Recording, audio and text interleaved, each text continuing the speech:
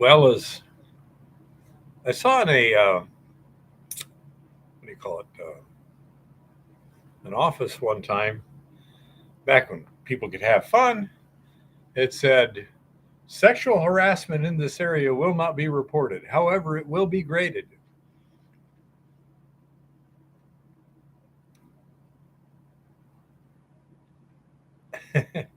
Okay, let's see. Get there, move forward over here.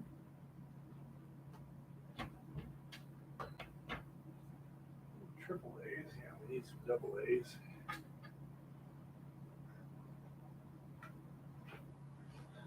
Oh, that's pretty good. Alrighty.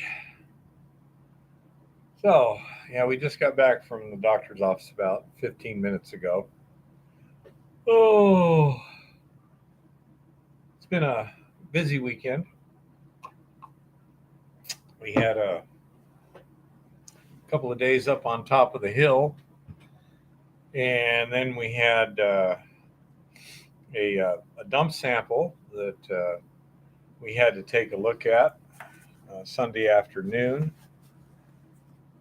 And we had fun with quads and things like that. The minor Bago did okay. The carburetor is still messed up, but figuring out how to get it in low range really helped a lot. Hello, Graham. So, and I have an appointment scheduled tomorrow morning with the carburetor guy to rebuild the carburetor. So, uh, which collapsed caldera are you talking about? You talking over there at Yellowstone, Mr. Man? We drove over to there several weeks ago with Eva's sons. Well, we just did normal touristy stuff. Any caldera? No plans at this point. Of course, we have the Yellowstone fairly close by. Aside from that, I'm not sure. Mammoth Lakes maybe would be the next one. I don't think you'd get the drill set up, Rock. Oh, but anyhow, Huh. we had a Apparently, there was indeed an active shooter in Chapel Hill. okay, A professor was killed. but we had an interesting time. Eva, when we first got out to the uh, adit, the new adit we were going to take a look at, first thing we want to do is check the coordinates. So I turned on my GPS, and the display was not working. I presume it was because of moisture from the previous rainy trip and stuff. So I left it out in the sun with the battery cover off and things like that. Eventually, it started working a bit again. I mean, functionally. But in the meantime, Eva had downloaded a GPS program, well, not a program, an app for her smartphone that she really likes. And it also works when you don't have phone service. It can be a direct GPS, which seemed to work quite well. Later on, we were double checking it with my GPS, and it seemed to work just great.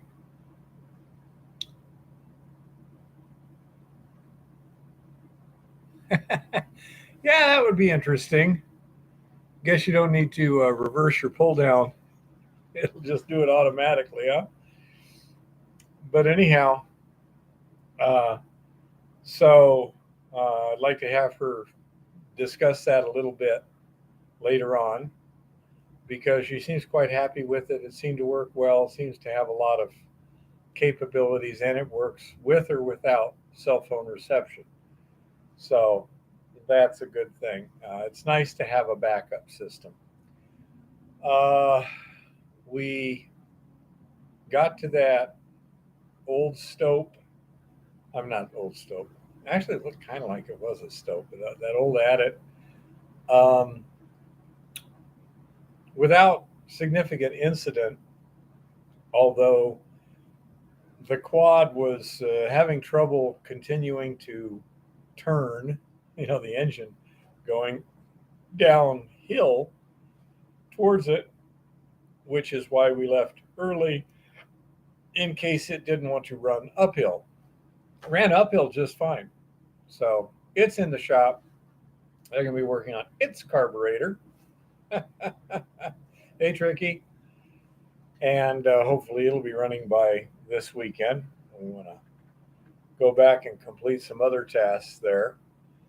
Um, we're also going to be um, probably some of the next few videos. What we've got two in the can right now that I have to edit. One is Eva doing stuff out at the lab, and the other one is Eva up on the hill doing a monologue about her what uh, Outdoor fashion. her outdoor fashion and preparations and stuff.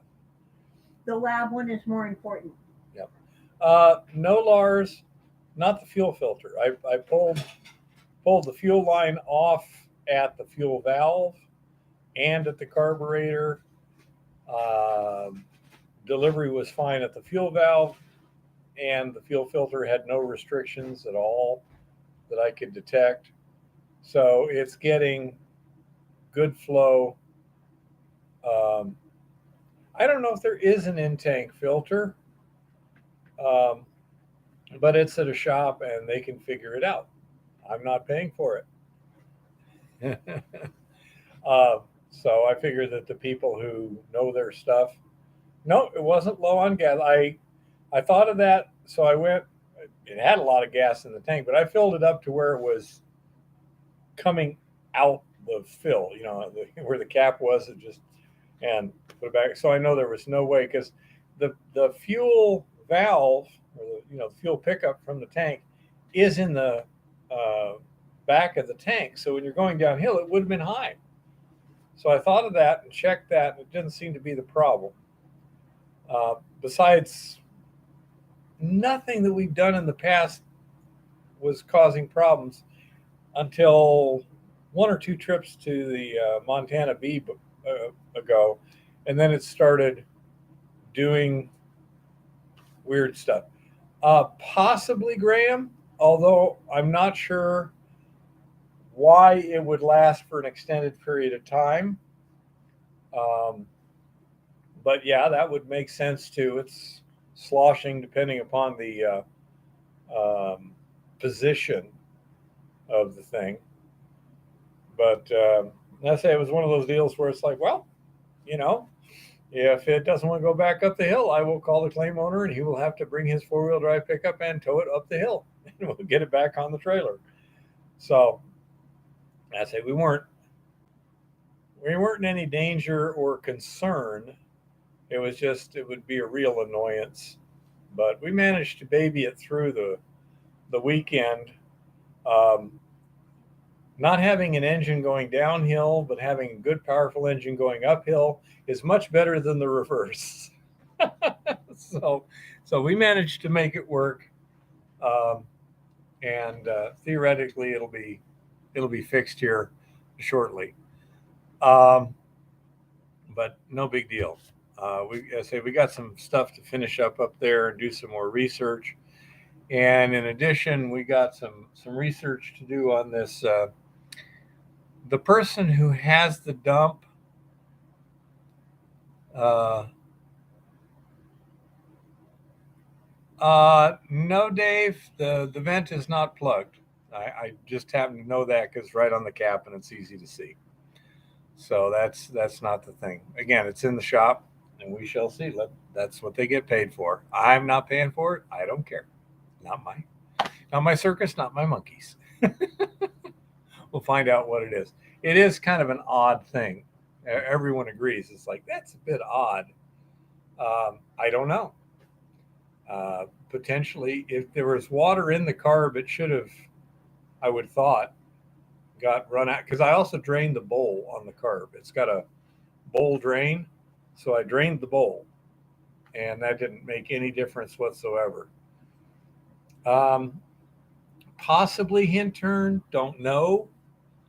Um, but again, it's old. It's like, I don't know, 16 years old or something. So it could be almost anything in that carburetor. But the shop, the tech said that he has all the parts he needs to rebuild the carb, so no big deal. And so we got a load in the agitation tank that we need to switch out with some fresh ore from Montana B. We've got more research up on the hill, trying to find out why they were digging where they were digging. Um, it looks neither random nor like a systematic search to me, like they're just, running trenches across structure to find something. There was an interesting situation there. There was a road that we could detect on the satellite. It's just old, but there were places where you could see that's a road through the forest there, and it came pretty close to the claims we were dealing with. So the idea was this trip we're going to hike over to that road, not very far at all, and see what's at the end of it. The thought is, hey, Jean Francois, that you don't build a road through a forest. Nothing serious, Chris, at this point. You don't build a road through a forest for the fun of it. And so we hiked over there, got to the end of the road. They'd been making a side hill cut on a fairly steep hill, and they got to where things were a little shallower, and the dozer had just tailed out the cut, left to drop it in. He didn't blend it in to the natural terrain, just like he just stopped building road. Do not know why. One possibility is he might have been making a side hill cut in that area, which is near stuff where all these little workings were, just to expose the bedrock. You know, when you've got, hello, somewhere I've got a thing. There we go.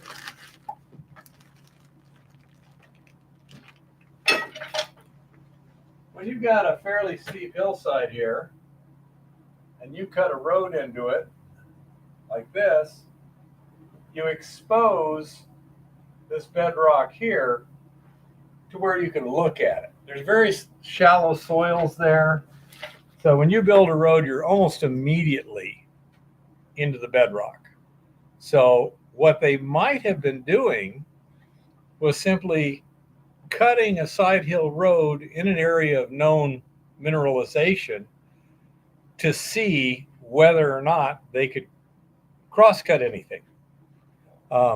It would be a fairly efficient way of going about it, although nowadays it'd be awfully hard to permit, you know?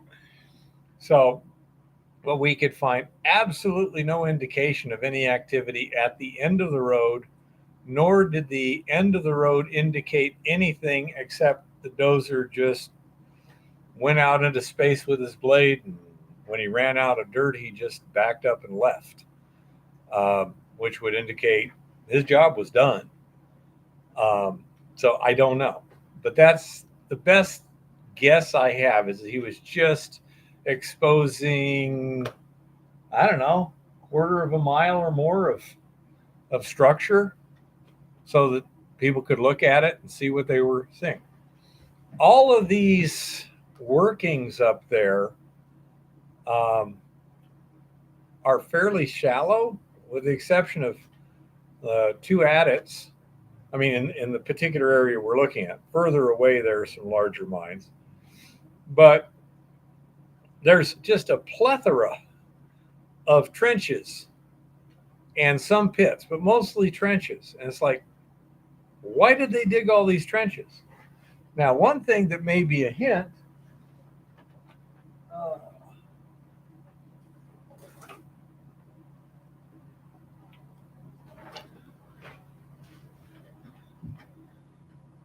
let's see, it's pretty bright.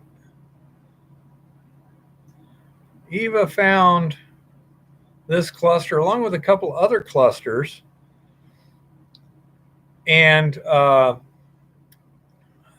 no, nothing I could see, Chris, in terms of stumpage or anything like that.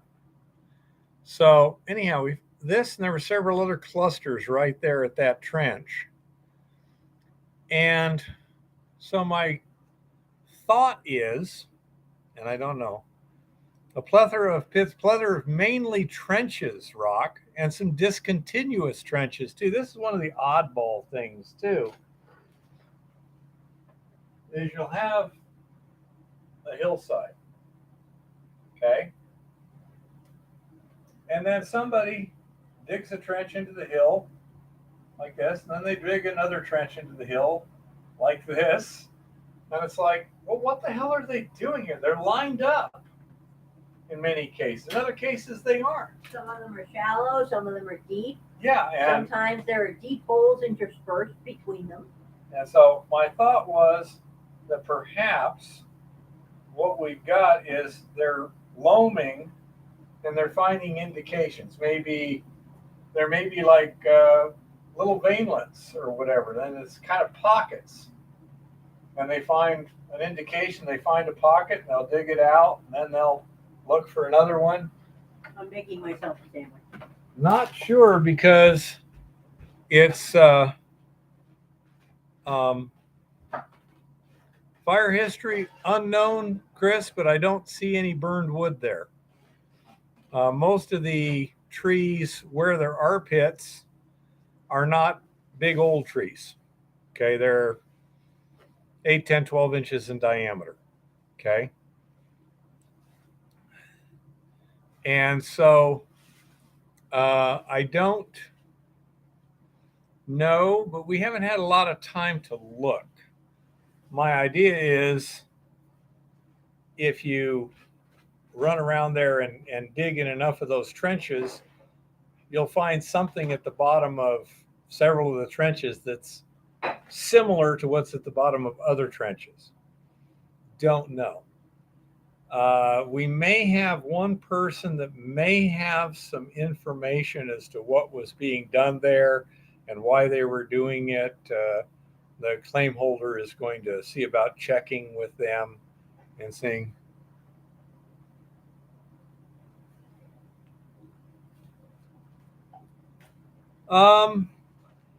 it wasn't one of those things where it was fairly focused, Brian. It's just all over the place. It's ridiculous how many just scattered all over the place in a semi-random orientations and everything like that. Sometimes the trenches go this way, sometimes that way, sometimes whole. Very hit and miss. My guess is they were going along looking at the surface. They might have been sampling and hand panning, which is called loaming, or they might have just been like scraping it a little bit, looking for bits of quartz. I don't think so, Chris. This is all over the frickin' place. I say it's hit and miss and this and that and just hillside the size of like all kinds of stuff. They 3 football fields with random holes in it. Yeah, or actually more than 3 football fields. Yeah. I mean, it tends to be focused in certain areas, but I mean, it's just freaking ridiculous. I say there was some reason that they would pick this spot on a hillside to dig in versus 10 feet away. Trying to figure out what that is. I don't know. We have yet to find one vein in the area.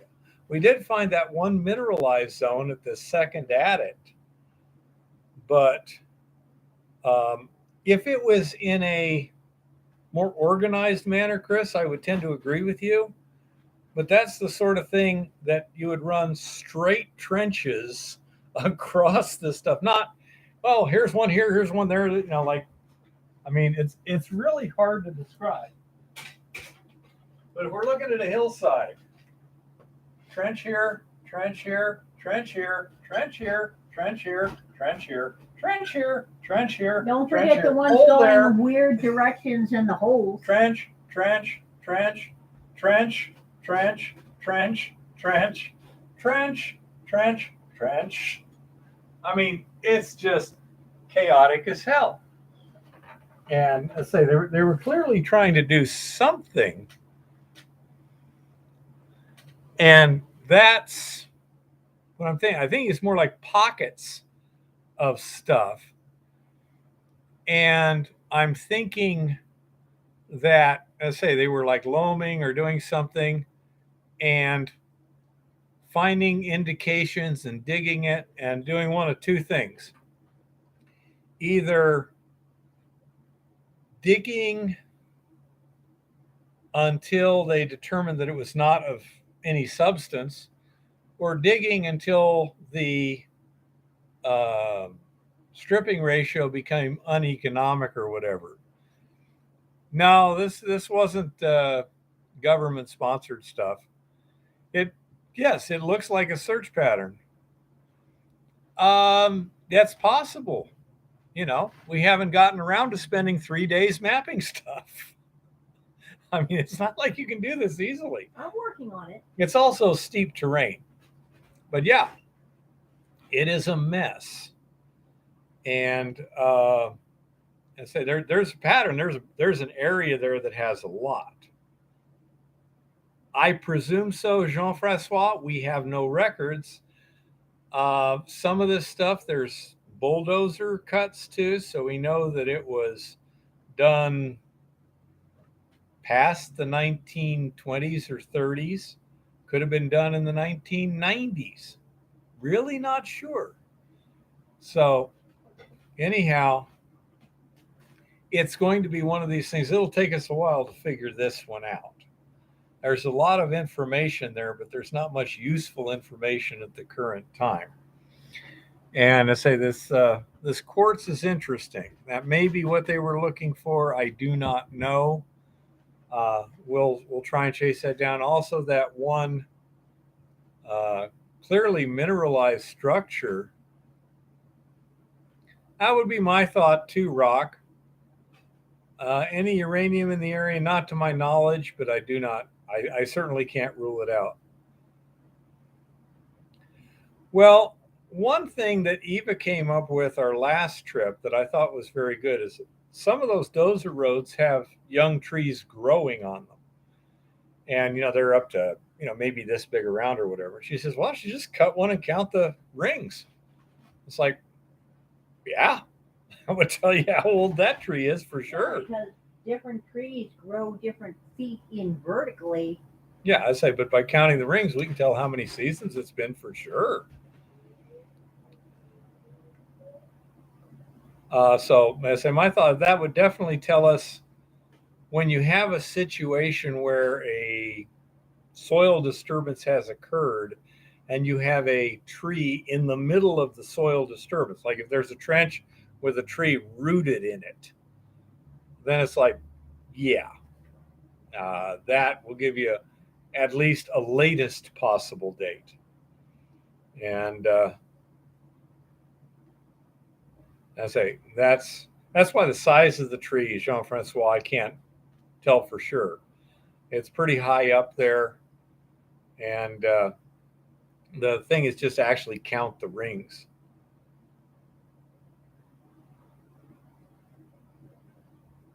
Yeah, because I know they're regrowth, Chris, but that's the idea, is to find out when the soil disturbance was no longer active, would be my thought. Um, if you have a tree that's not run over, so to speak. Now, in some cases, like with that bulldozer road, there's trees that were knocked over to make the tree. I mean, to make the road, and you could probably go out there, find what was a live tree at the time, and slice it and do some very fancy shit at a college, and do that, you know, as I say, and that could do it. And then they may cut multiple times. I'm not disagreeing with that, Chris. What I'm saying, it shows you the last time there was activity. I would agree. I mean, what it's for is to show you when they stopped disturbing the road. Yeah.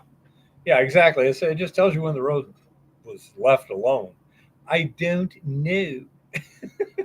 It's all going to take a fair amount of work. Now, it's interesting and it's nice scenery and stuff, but the purpose is to try and get some money coming in. And so we have to focus on the more urgent stuff first. Speaking of which, Jeff Kablock apparently is going to come up here this season. So that possibility is not going to happen this year. However, we have another dump that has come to our attention that we are going to call the mystery dump for now, because the owner doesn't want any real information about it. So we'll be taking samples to the ranch and processing them there to do the testing. Now, I am pretty confident that there is a reasonable amount of gold in this because the preliminary sample that was provided, and this will probably not show up worth a crap at all, but I'm going to try this because where the heck is the flashlight that I had? Huh. Not there. Supposed to be right there. Ah, there it is. Okay, now I'm going to try something here.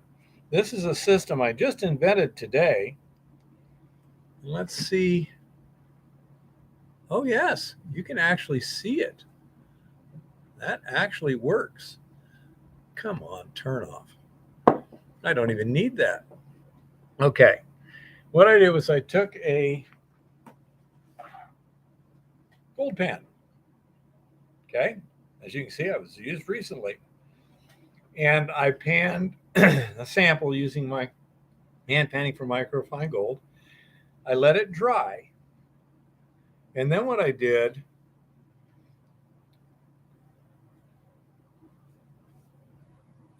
it's possible, Chris.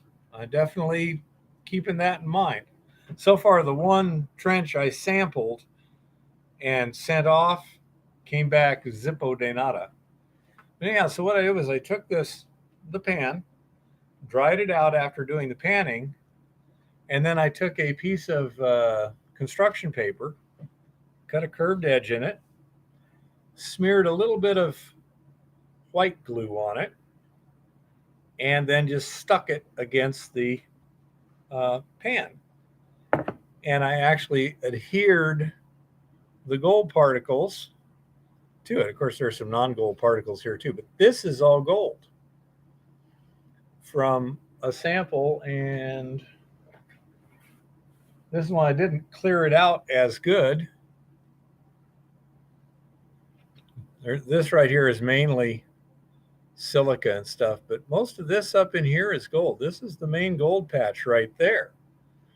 Okay. That means nothing, Rock. Nada means nothing. So, say, this, I would estimate that it may be a 1/4 ounce per ton of pannable free gold. And that's pretty interesting from a dump, especially as I just ran it through the RC46 one time to get it crushed and consistent. And so we're going to be doing some testing on that, and we'll show some of the tests that we're planning on doing. At a 1/4 ounce per ton for a dump, assuming you've got easy access to it, which this is reasonably, is you need to find out how much gold is in it, what the size and shape of the gold is, and in case you're curious, those particles that you can see on that, this right here, well, that's hard to do. Right in here, this zone, that's 500 to about 150 mesh gold particles. Okay, so when I look at this through the little pocket microscope, I can actually see each particle and measure each particle if I want Explain to. to them how you got that little black thing. What do you mean? I explained how I made this. Okay. Okay. But anyhow, so this is the stuff I got here is gravity separatable gold. Whether there's a lot of finer stuff that's there that we don't know about, that's going to have to be assayed. But anyhow, I say just looking at what I call PFG, Panneville fine gold. Okay, that's looks to me like about a quarter ounce to the ton for the size sample I usually run. And so we're going to be we've got the samples we've already crushed and split, and they're on their way to the lab for a total assay, which I will not be able to give you precisely. And the question is also, where is the gold? Is it in the fine material? Is it distributed fairly evenly through the rock? Is it distributed primarily in one particular rock type? In this particular sample, there was clearly wall rock, clearly some quartz, and a mess, okay, of just combined stuff. So we'll be doing some screening, we'll be doing some hand sorting, then we'll be doing some crushing, we'll be doing some assaying, we'll be doing bottle roll testing, and we are going to be testing the new micro sluice that's coming to us courtesy of Infinity Prospecting, and see how well that works on this. This is just perfect for their equipment to test it and see what it is.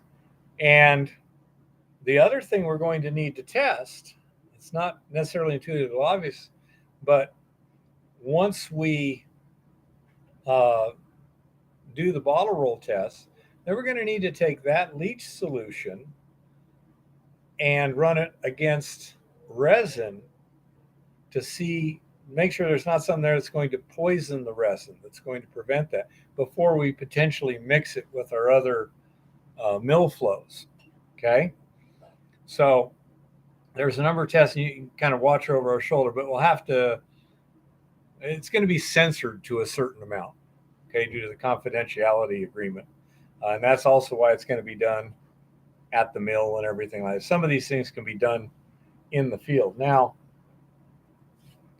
this right here, let's say you can see that easily. I mean, I can see it on the computer screen.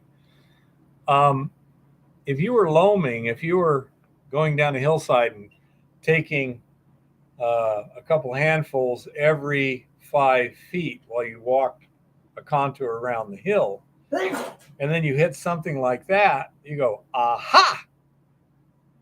This is either coming down from up above or it's just eroding right there, but you know you've got a hit. And then you would start exploring from that point. That may be what they did. David says, bless you. Thank you. So, I say that's maybe the technique they were using. But anyhow, this is the mystery dump. We're going to be doing a lot of tests, and you can kind of follow that and see what we're looking for and why we're looking for it, and what it tells us, and go from there. Because you want to find out how much gold is there and how much gold you can get using what processes, and how much does it cost and how efficient is it, and combine all that information to come up with a plan of action. Okay. Unfortunately, these aren't that pretty, so I don't think selling crystals is going to be a thing either. Now, we're also waiting. We sent off assays from that other decline that we looked at. And the good point about that was it was easy to expose the mineralized zone. And it's clearly reasonably wide, almost 2 feet. And I was able to get a reasonable sample. Chris and David and Rock are all sending you blessings. Thank and you. asking if you're going for a record. I like Chris's one. I ain't a pope, but anyhow. So luckily I was able to get a sample there. But as you saw from the video, um, the situation there is fairly unstable at the current time. So unless that sample comes back pretty darn good, we're probably just going to put that one on the back burner for a while. Okay. Because that's going to take days of effort to stabilize it. And hey, blind dude. And that will uh, take time, effort. And there's some risk involved, but if you do it carefully, it shouldn't be too much risk. Um, so anyhow, the that's off to the lab. We'll find out. I was having a good time too. I was really annoyed that when I could finally stick my head in there and take a look, there was all those widowmakers that had fallen down. Um, hey, honey bunny, Roger, blind dude. Um, but I was actually having fun moving rock. Um, one thing a lot of people don't do when they're um, trying to move dirt, you have to think of what you've got and what you want to wind up with, and what's the most efficient way to get from the start to the finish.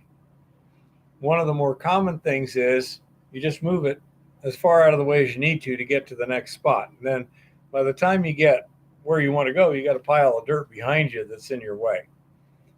In the case of that um, adit, first of all, most of that debris, I think, came down from the cliff above it. I think it's kind of rotten rock. It was an overhang because that was the hanging wall. It looked to me like it just came down in big chunks and broke up when it hit, stuff like that, because there was no soil in the cracks. It was just rocks with air between them. And to me, that indicates, all it came down was rock. So that's why I think it came out. But on the other hand, it was broken up fairly well in general. Of the stuff that I got to, the biggest rocks that I had to deal with, I could roll and get them out of my way. The next size down were small enough I could actually pick them up, carry them, and throw them out of the way. And then below that, there were the two-handed tossers and the one-handed tossers. And only then did I get to maybe less than 10% was soil sort of stuff. Soil, fine gravel, stuff like that.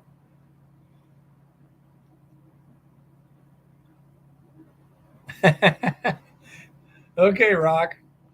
Um, but anyhow, and so whenever I was throwing rocks, I wasn't throwing them just far enough to get them out of the way. I was throwing them as far as I could conveniently, without really stressing myself. And I worked, I don't know, 3, maybe 4 hours there almost continuously. So I wasn't overstressing myself. But they were moving at least 20 feet. Okay. Um, and so now I know they're going to be out of my way forever. I was throwing some to one direction, some to a different direction, none of them behind me. And I was thinking, geez, I'll get to where I can maybe get in there today. And I certainly got to the point where if you took a look, that opening was this big already. Had it just been a hump at the opening, which it frequently is, I would have easily been able to access it before the end of the day. Except that I wouldn't have let you access it because there was no ground control in there, and that whole hill is sketchy. Well, the whole hill is a bit sketchy, but no, say it was clearly unsafe inside. It wasn't even really passable to get in there safely. I'm gonna have to rope up, start at the top of that cliff, so to speak, and just knock down everything loose. I mean, even a rock this big um, would, kill you. So, and well, I didn't know, Rock. Let's say if there was an opening this big that had been open the whole time, which there was. There was an opening there when I showed up. It had been there for a long time. The problem was behind it, there wasn't much of an opening. So, like I say, it's just one of those things that to do it reasonably safely is going to take a lot of work. And yeah, that was pretty cool, wasn't that, Honey Bunny? The tree rock, you know. And so I I said, love that tree there's a rock. lot of work to do there to make it safe. And I didn't need to do it to get a good sample of the mineralized zone that they were going after. So I took that, hit the road. And so you saw the other samples we took. Well, I'll say that depends on a lot of factors. I do have a four gas analyzer, but I'll say it never got to that point.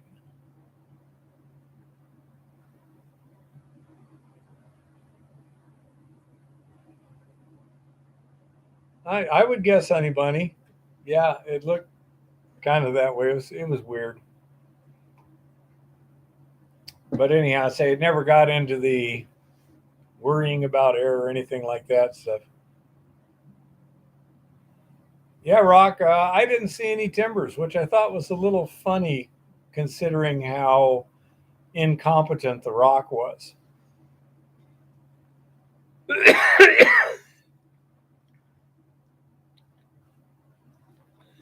Well, it's hard to tell, Jean Francois.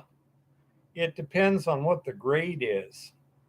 Uh, you got several things to deal with when evaluating it.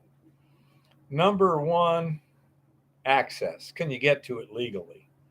Number two, what's the grade? Number three, what's the mining cost? Number four, what's the milling cost? Number five, permitting issues. I know on that property that Lauren's working with, they've been working on permits from the Forest Service for over a year to put some roads in to get some drills up on the hill. And so, if it's something that's going to require a permit, then you're going to add a lot of time to it too. So you have to look at all these different things. Right now, we don't have an obvious target that meets all the the criteria that would be ideal. So we're looking for other possible options. We're doing a lot of exploration because Montana B does not have the grade currently to make it uh, excellent, profitability. And so the process that's going on here is parallel. We got milling where we're still playing a few games there and refining a few things, but mainly just making some gold. We got Montana B where we're kind of continuing the advancing and trying to get down to the 40-foot level, and at the same time providing ore for the mill so that we can continue stuff there. Then we're also doing, what do you call it, exploration to try and find something better. This is where this mystery dump may come in handy. If we can get, I'm going to say, we're kind of hoping at this time, the original schedule had Jeff Kablock providing us with dump material in uh, kind of substantial quantity, like 10 tons, running 1 ounce to the ton. He's not going to be here this year, so that's not it. So we're doing other stuff, and I say it's interesting. I don't have to make a profit to survive, so that's fine with me. I like fun, you know.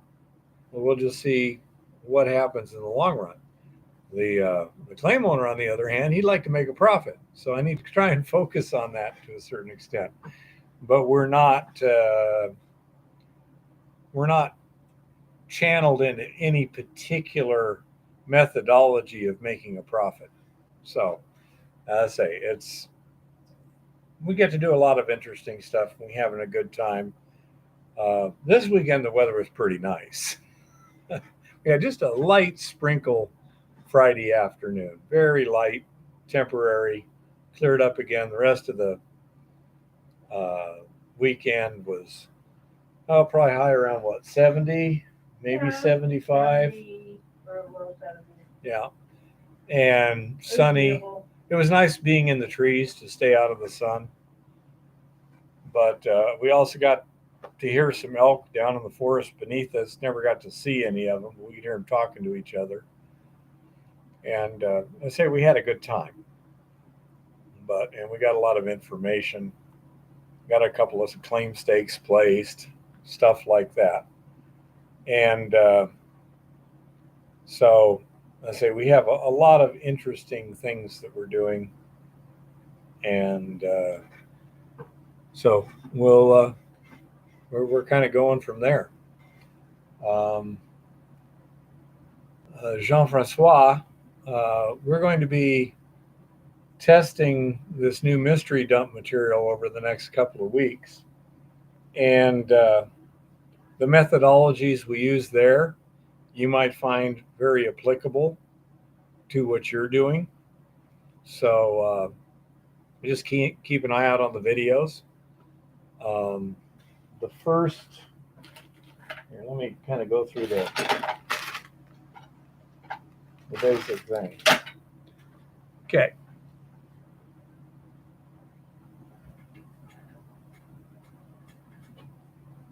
What we have is you have a mine, and they've taken the rock out and dumped it. Okay.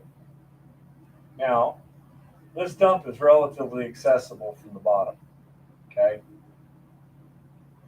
So you can get to here and dig it without too much trouble. The question you have is, where is the gold? What form is the gold in? And how to get it out. So how much the gold is pretty simple. You just dig samples, crush them up, split them down, send it off for assay. That'll tell you how much gold there is. But where is it? Is it in the fine stuff? Is it in the medium stuff? Is it in the coarse stuff? Is it in this case, you've got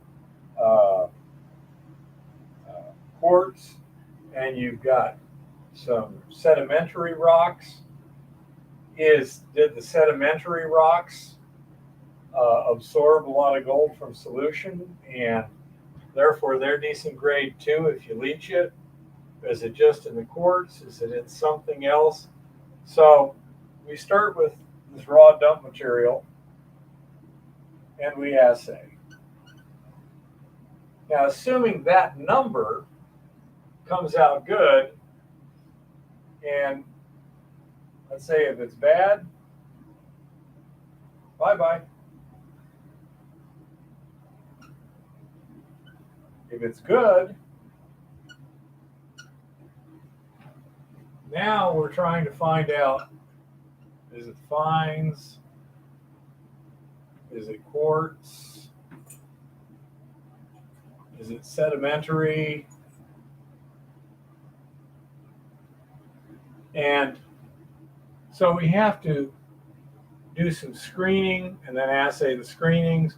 We have to hand sort quartz. We have to hand sort some sedimentary from there. Then we crush everything up and have it assayed separately, and then do some testing. Now, let's assume for the sake of the thing that these two are both good. And this is bad. Okay? So this means bye-bye. Wherever you can get rid of the sedimentary, get rid of it. Now this stuff here will test gravity separation. We'll test leaching and gravity plus leaching.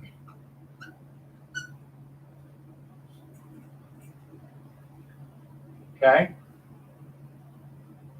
And then we'll see what makes the most sense. Is that's relatively clear. And all of those are generally not binary answers, like yes, no. They're good, bad, this much per ton, things like that. And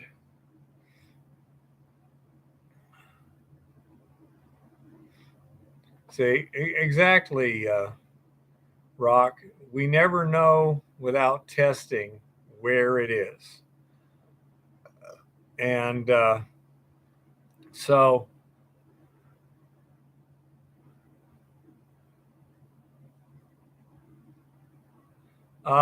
that's what I was saying. The initial sample indicated yes, it does look like ore.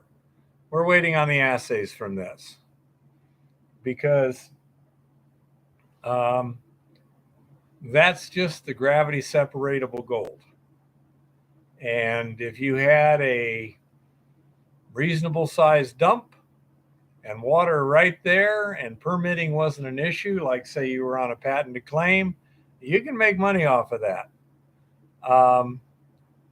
With the other constraints, it may or may not be good. There might be 5 times the microfine gold there. And that's it.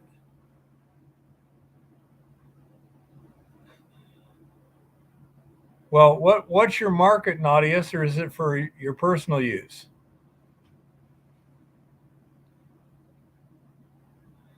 So I say that's what we're going to be doing over the next 2 weeks on top of everything else.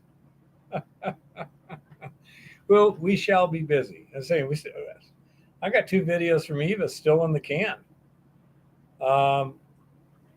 Who was it that wanted to see the electrolytic stuff? Was that Jean Some of my friends on Reddit.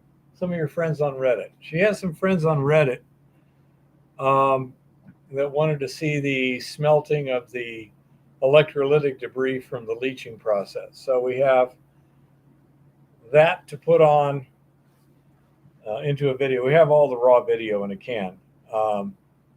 Eva is not, I don't know, are you going to help me edit it so you can learn how to do that? Not this time. No. Anyhow, there's like... I am already doing enough tech stuff for you. And you know I hate doing tech stuff for you. Yeah. And that particular one is going to take a while. The other one is a real simple edit. It's pretty much a single cut. But the other, the electrolytic debris one, that's like 16 clips that I got to edit together and stuff. And by the way, I was right. That Grover's, we got a screaming deal on. Okay. So, and that's our, we got to do that. We got vehicles to get fixed. We got the utilities to get shut down in Tucson for final. And hello, Trip and Tommy.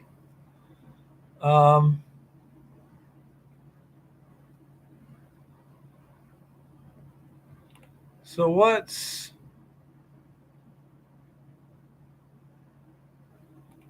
Oh, from plated jewelry. Okay.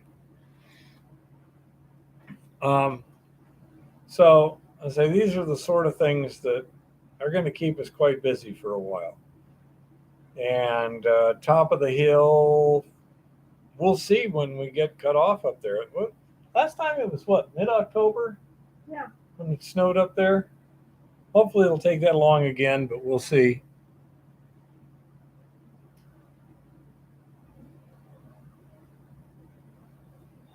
And so we got a lot of work to do up there. The Drovers Bar is a bank anniversary bar for the Drovers National Bank of Chicago.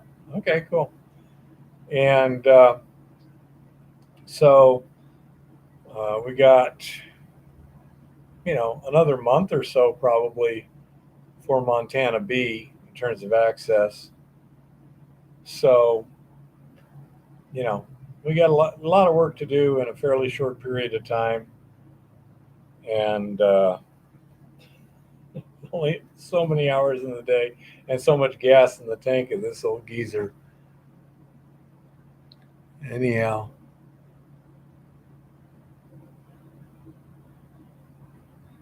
Yeah, hey Nadius, how much are those little syringe type things with the disc filters in them? Any idea how much those things run? I'm just curious.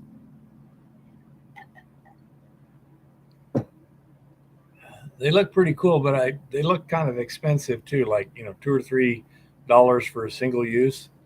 I'm not sure. So that's what's going on right now. Yeah, have you seen those? What kind of price do those things cost?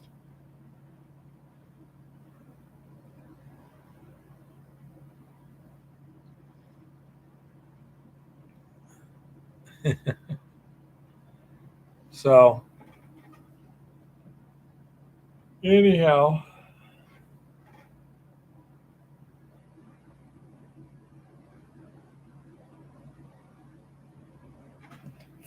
in my case, it could be just as long as you're getting a clear liquor. Oh, and by the way, preliminary tests seem to indicate that the plastic pallet things with the wells Paint in palette. it. Pardon? Paint They're pallet? paint palettes. Yeah. Interfere with the precipitation of the gold from the Eco Gold X solution. For some reason. Not sure why, but it was just kind of an interesting thing, so it's not a big problem. But yeah, it's a little odd. Well, we're talking two different things, Jean-Francois. When we were at the um, Dollar store, they had these little 6-well paint palettes for cheap artists, sort of thing. Hi, Patrick. And so it's like, wow, that'd be just perfect for what we do in the lab. When we use ceramic spot plates, and so we tested it, and it does not seem to work well. And I will see tomorrow when we go out there. I think it's HDPE, but I'm not sure. Might be a PVC. It's white, opaque, and shiny. That's all I can tell. Yeah, we use the ceramic spot plates too up to this point.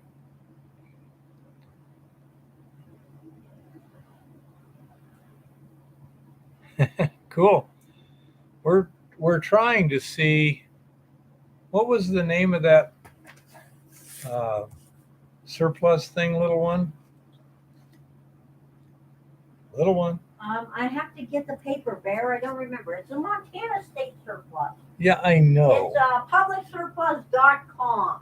Public surplus, one word. .com.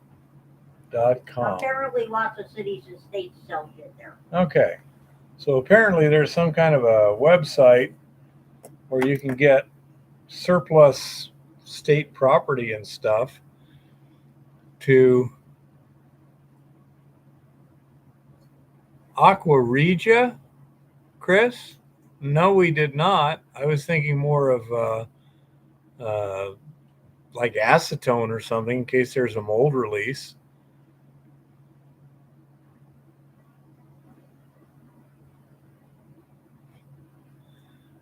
Grease.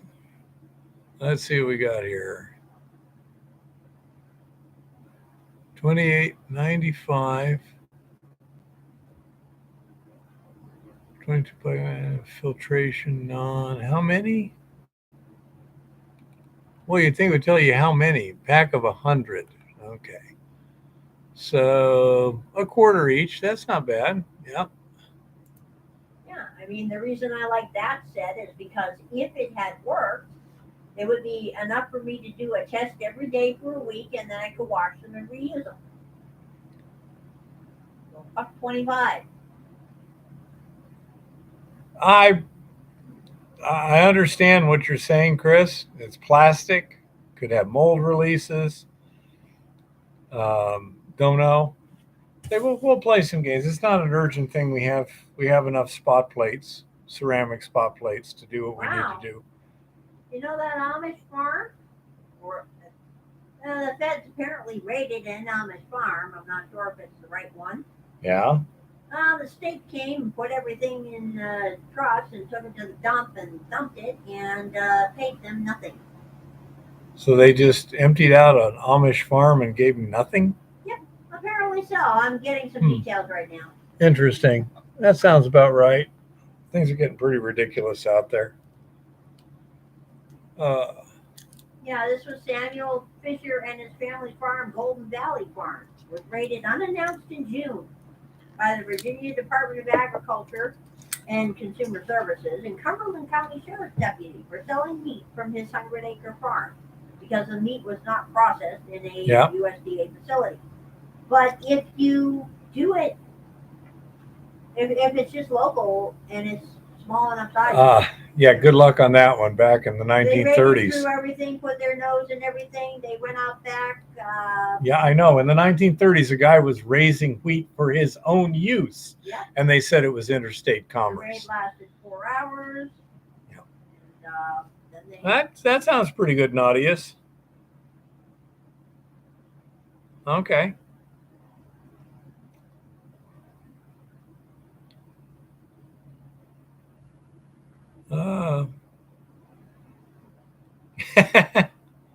That's a good way of putting it.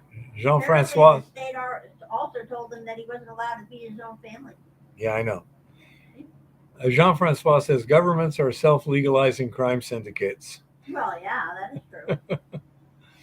No argument for me. Yeah. But anyhow, so we need to go on that public surplus thing and look.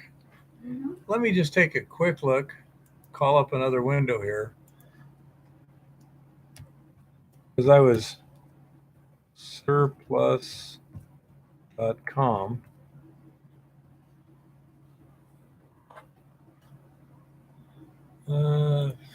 And see if they've got, do they have a search function? Yeah, microscope. Yeah, on the right-hand side of the screen, you can choose the state you want. You select the region on the right-hand side of the webpage. Select the region, Montana. Select the agency, Administrative Department, State of Montana Surplus Program. Okay, fine. I now have to redo what I just did. Microscope. Keyword in category all actions, anything you know, price range. Leave blank to see all auctions. Located. Let's call it 300 miles from zip code 85791. No, what is it here? 59601. 59601. Search. Let's see if it comes up with anything. No auctions found. Okay. Anyhow, let's bookmark that. Yeah. Okay. So we're going to try that.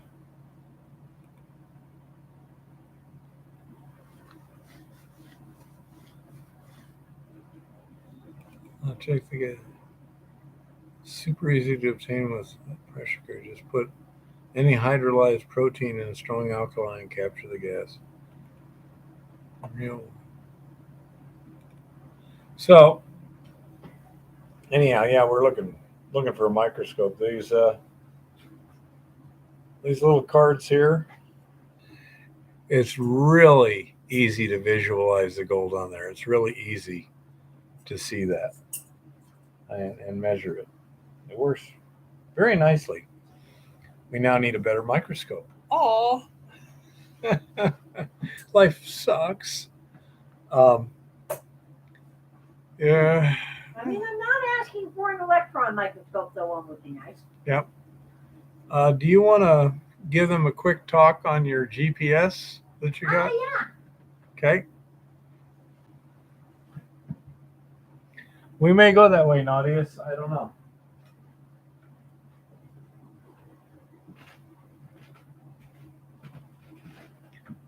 Hi, everybody. Anyway, it's called Pointera Trekker. Okay. So, being a fairly smart person now and then, we were up there in the middle of freaking nowhere, and his GPS was being idiotic. What else is new? And so I went out and I looked for the best program for your phone recommended for preppers and trekkers, middle of nowhere hikers. And I find this one from Mindspring. And I actually accidentally found a place where I had a bar and a half of reception and I was able to download it. And for a miracle, it actually worked. This thing is amazing. The goddess is thrilled, okay? Number one, there's this nice big question mark thingy. When you turn the question mark thingy on and you make it nice and red and glowy, anything you touch on the screen, a little box will come up and tell you all about that thing in a language even a first grader can understand. You can operate this program while knowing nothing about GPS, nothing about waypoints. It has the easiest system I have ever run into for creating and moving things between files. Okay? Now, the free version only allows you to keep two waypoints in the main unfiled file, the main file. It allows you, though, to create two other files that you can put unlimited waypoints in. So all day long, I was getting my waypoints and moving them directly into the file that I wanted them in. A workaround that allowed me to use this. And even better, when you get the paid version, Okay, hold on just a second. Kodak, somewhere between 30 and 100 would probably do whatever I needed. I want about a 200 to 400. Reflecting microscope, not a transmission. But at any rate, the free version does everything that I needed it to do. It finds satellites about 10 times faster than his Garmin, and it tells you within X number of meters. Most of the time, it was within 3 meters or 4 meters where you are. It gives you nice little points. The paid version, I figured, oh man, they're probably going to want a subscription here. Bummer. Well, I looked it up and it said, a one time nominal payment. And I'm like, oh yeah, their definition of nominal payment is probably different from mine. Well, then I looked it up in the Google Play Store on the way home and discovered it's a one time payment of $9.99. Oh yeah. I was like, he still has to give me his card, but I'm like, oh yeah, take my freaking money, please. Okay. Because once you sign up for the paid version, it's tied to your Google Play account. So anytime you log on to your Google Play account on a new device, You can get your stuff, which is really good. You can import bookmarks and waypoints and everything from Earth, Google Earth, sorry, from Google Earth. You can export everything you do to, yeah, whatever, Google Earth. You can create what they call collections, and this is really cool. You can create collections. This is little hikes or little sightseeing trips, and you can upload those to their collections library, and their collections library is full of neat little hikes and day trips and sightseeing stuff that other people have put up there already. Some of them are free, some of them you pay a nominal fee, and the person probably gets money for that. I don't know. But I got a free one of the Boston Freedom Trail. Oh, heck yeah. As if I didn't know. I grew up in Boston. But I just wanted to see how it worked. And you can even do something called triangulating when you're in the paid version. And the best part about this is it works with no internet. It works with no phone service. I can set it to do something called roaming or running, where I'm walking along and every minute or two, it's taking a new little waypoint and dropping them in my folder like crumbs so I can see where the hell I've been. And even better, I looked at that and I'm like, wow, this could come in really handy now and then. It turns out that there's a way that you can wear like a Bluetooth or something. And even when your freaking phone is turned off, you can put in where you are and you can put in where you want to go. And even when your phone is off, it talks to you in your freaking ear and tells you how far to your destination and which way to go. I figure the goddess knows damn well that her phone spies upon her. I know my phone spies upon me because when I use certain words, the phone will wake up and put up a little microphone and say, "Can you repeat that, please?" Okay? I know my phone spies on me. I know that many, many other people probably spy on me through my phone. This is one time when I'm really, really freaking happy that there is a way to do this. And it even has a little flashing SOS thingy that apparently is a high intensity type strobe light. It's a visual SOS signal that you can turn on and you can point up to try to get people's attention. So I'm like, oh yeah, the goddess is a happy camper now. This is going to be good. And yeah, honey bunny, if it weren't for, I mean, my phone is just, I put no banking apps on my phone. I put no apps on my phone that I store any credit card type information in anyway. None of that stuff. This program is going to be really worth it. And Jean Francois, on the matter of battery, I was watching my battery life on this. Even with this phone running, even with me taking the energy saving thingy off, even with me having my screen turned up all the way, and even with me playing the occasional solitaire game when I had enough signal to play a solitaire game, I went a full 5, 6 hours using my phone to the point where it was warm, as in it was really working hard, and I still had about 40% battery left. So I was like, wow, this is going to be good, you know? Yeah, Jean Francois, I am very much a fan of compasses. I'm very much a fan of paper maps. And we have them. We always have them with us. Yeah, I have heard about the Pine phone. I want to get one. But anyway, that's where we are on that.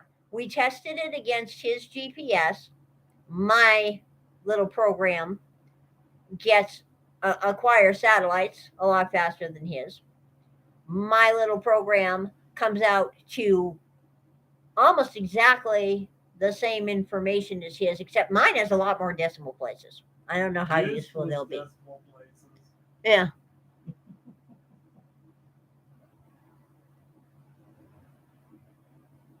Good point, Kodak. My MO, by the way, often is to accidentally forget my smartphone at home and turned off when I really want to be alone, so to speak. I accidentally forget my phone. It's turned off and sitting at home, or turned off and sitting in bugs. You know, just saying. But anyway, that's where we are on that. So I will give it back to him for a few minutes. But this is an excellent program. Did you want my card? Later. As I learn more about it, I will let you guys know what other cool things I find. So in other words, you need me to. No. You said you wanted my card, so there's a card. I didn't mean this exact moment. Well, Yeah. You've been all day and you didn't ask for it. So anyhow, she was very happy with that. I was happy because I was up in the situation where I needed to use GPS, and my GPS handheld had crapped out for the first time in, I don't know, 10 years or something like that. And by the way, let me write down some AA batteries. So anyhow,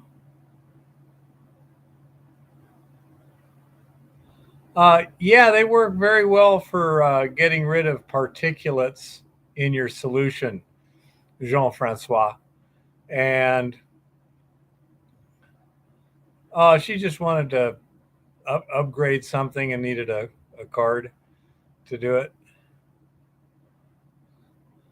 They're very handy, like if you had, we have dirty solution from the agitation tank that we need to, run some tests on, and the sediment will be quite detrimental to the results. And they are, you use them a lot. And 7,000 Gs, huh? 50 mil tubes. Sound great, Jean-Francois. I wonder what the freight from where you're at to where we're at runs. I could probably afford something like that. If you can check that out to Helena, Montana, let me know. If you want to get rid of some, I could certainly do it. We have 50 mil tubes here. If you want to ship me one, I'll be happy to pay for it, Jean-Francois. That's a heck of a good price.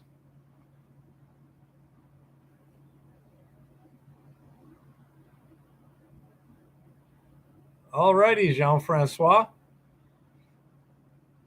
I presume you have my mailing address? What's he sending? Centrifuge. Huh.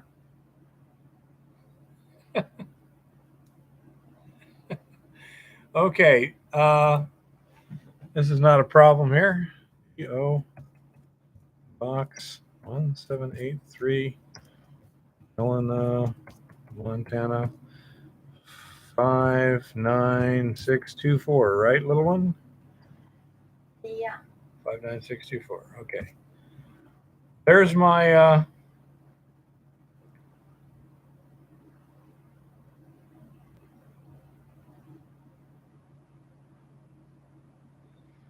probably mixed rotor would be best.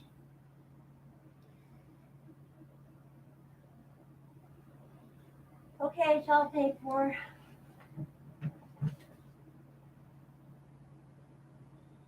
As long as I can remantle it easy enough.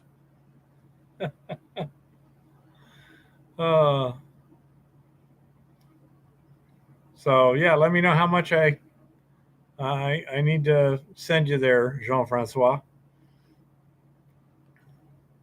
Cover the freight. Up, down, and sideways, Jean-Francois. Oh. But anything. Anyway, that'd be great. I appreciate it. So,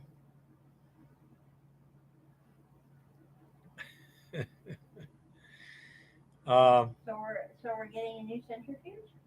not a new one, Well, I mean, a refurbished as opposed one. to the refurbished one, as Yeah. opposed to the one we have now. Yeah, for less than $100. Woohoo! Yeah. Oh. Anyhow. And okay, this is now well paid for. What? Okay. It's paid for. Did you want to get some more loops on the way? That would pretty much, you need this computer, wouldn't you? Yeah, we will be doing more shopping on the 3rd. No shopping until the 3rd. Well, it would be nice if we could shop when we actually remembered it. We've been trying to do it for a couple months now. I'll put it in the cart at American. I'm writing it down here. Bought 3 the last time we bought stuff from the SNS. I don't know what you did with them all. They're gone. That's all I know. I've lost some. I know where one is right now, out there at the ranch. But anyhow, that'll work fine, Jean-Francois. The one that we've got now, the motor's got a little bit of an issue. She has to start it spinning and then turn it on. Which is fine with me. It works beautifully. Yeah. Well, it's not ours. Yeah, I know. It's Lauren's. I mean, that's the only problem with it. You know?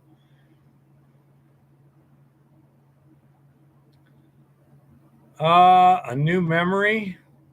Well, it depends on whether you want one for your electronic device or one for your brain. Walgreens is calling. I take it my prescription's ready. Just needs a cap if it isn't starting to spin. What do you mean by that, Chris?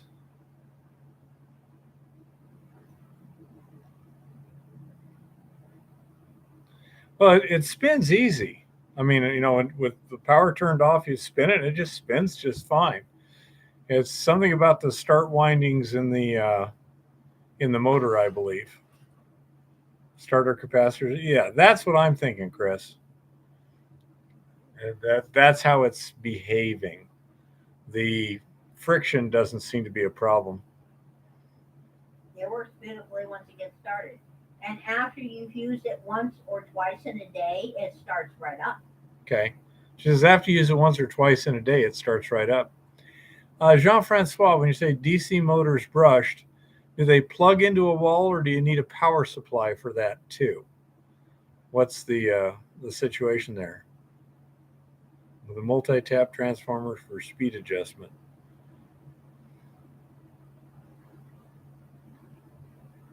Okay, if you say so. Again, people think I know a lot more than I do because I speak really nice. You know. But okay, that'll be fine. Jean-Francois. We got 110, 60 cycle here. What do you guys use up in Kanukistan? 60 cycle or 50 cycle? I presume it's 60 cycle. I think Europe is 50 cycle. That's what I thought, Jean-Francois. I thought we were all cross-linked. But I think it's Europe is 50 cycle. I'm not sure about Oz and places like that, or Asia. But I figured we were all 60 hertz.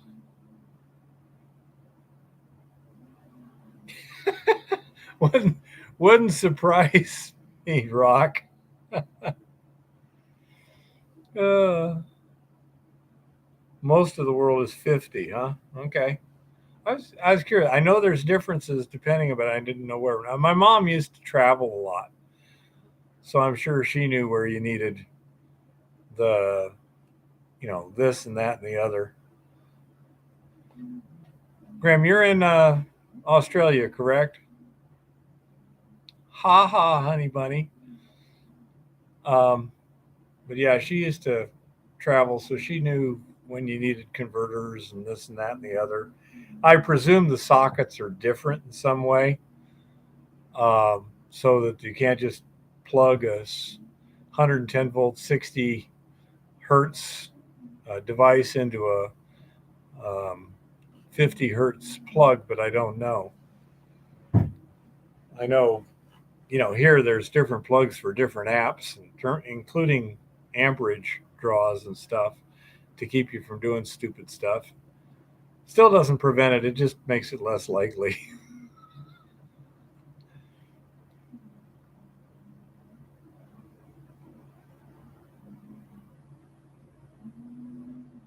That's what I suspected. That's the smart way of doing these things, honey bunny.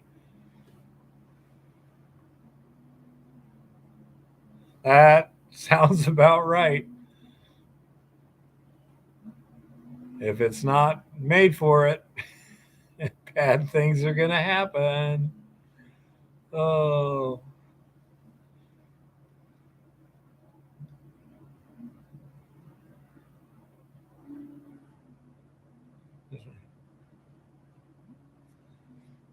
No, sometimes just a good hammer or screwdriver will make it past all the safeties also too, honey bunny. Okay, that prong doesn't work. Well, let's twist it. you know. Oh, What? ask if anybody's got any tips about dentures. Oh, yes. And another thing, all the collected wisdom out there. Eva just finally got her dentures today, and the upper denture tends to give her a pretty bad gag reflex. Does anyone have any ideas on how to deal with this? And I've never had a gag reflex You before. know, because I say she was expecting something to hurt. She didn't expect that. Did you try the Oragel, little one? Not yet. Not yet. After Okay. earlier today, when I was puking, even trying to put them in. Yeah. I ain't doing jack shit at the moment. Okay. I was just curious. The upper one is a full. The lower's a partial. Rock the lower I'm having phantom tooth pain. The lower she's having phantom tooth pain, but then she's had surgery and nerve damage and stuff. Rock says, tell her to go back to her dentist and explain the problem. He will fix it for her. Yeah, Jean-Francois. They basically already told me to live with it. It would go away. She says, they told her to just live with it. It'll go away. Using Jean-Francois' line of thing, sounds good to me. But anyhow, that may be correct, Rock. I would not be surprised. But let's say she's had some serious oral surgery, which may exacerbate the situation. I have never had a gag reflex in my life. She says she's never had a gag reflex before, but this doesn't. So I don't know. That was my thought too. I can't imagine this is the first time it's happened in history. One would think that they have SOP for these sort of things. Well, they did. What they've already done was they already tried reshaping things with their little Dremel tools, and they put some special padding stuff in there to refit it to take care of pain and to cause a better suction seal. Okay, Rock says my buddy's dad was a denturist. Honey Bunny says she modified her partial with wire cutters and a Dremel. Kodak says bad dentist. Could be. Also, Eva's on public assistance medical, so that may be part of it. Care at all is a freaking miracle.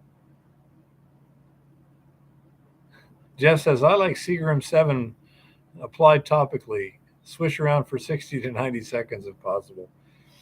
We're going to try some Oragel just to see if it deadens the nerves and makes things better. But I would say, I don't know. It doesn't sound like something that's novel. I would think that that's a fairly common issue. So she just got them today, so we'll work the problem and see what we come up with. But yeah, I say it seemed to me that there would be something. John says he gets his dental done at the University of whatever that is, Minnesota, Michigan, something. Probably Minnesota, I think. Am I correct, John? I grew up getting all my dental care at the School of Dentistry at Harvard. Yeah, she got her dentistry when she was growing up at Harvard. At the New England School of Dentistry, run by Harvard. Canadian Club, 12 years old, huh? Minnesota, yep. My mom went to Ohio State, so she had a reflexive dislike for Michigan. Oh, but anyhow, so say we'll work that issue too. John says, "Drink until you do not gag." I don't know. You haven't drunk in a long time. Does it give you a bad? Didn't you say there was something where it did weird stuff to your brain now? Yeah, you know. Yeah, she says it gives her a bad I should psychological reaction at the now.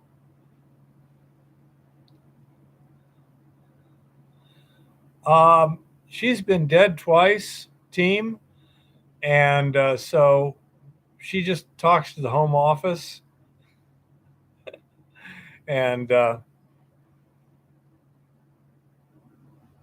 so we haven't gotten to that point yet. It seems a little bit inconsequential at this point. We try and keep it for more important stuff. There's plenty to pray about nowadays.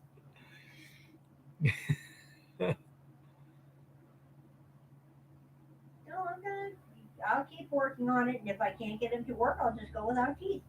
Okay, Jeff says he just swishes the whiskey around for about a minute and then spits it out, and it takes the discomfort away for 45 to 60 minutes at a time. We can give it a try. I know whiskey used to work on toothaches. People used to put it on the kids' teething. I don't know. Rub it on the gums. We give it a shot. That's what proof is the general whiskey? I usually just use vodka if I want some alcohol, just because if I want alcohol, I'm just going to sleep. So I'm just using it as a medication. And the flavor of all alcohols is really unpleasant to me. But the more flavoring, the more unpleasant. So I just try and keep it to the minimum.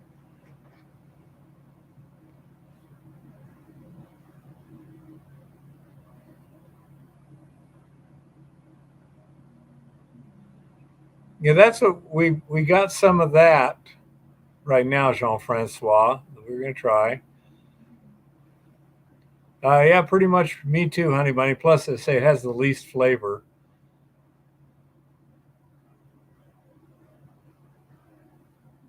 Ouzo.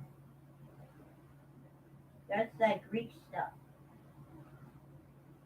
Was that a spam guy?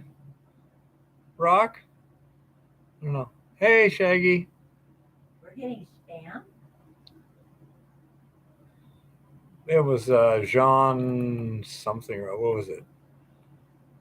What the heck was that guy's name? Team Jesus John 3:16.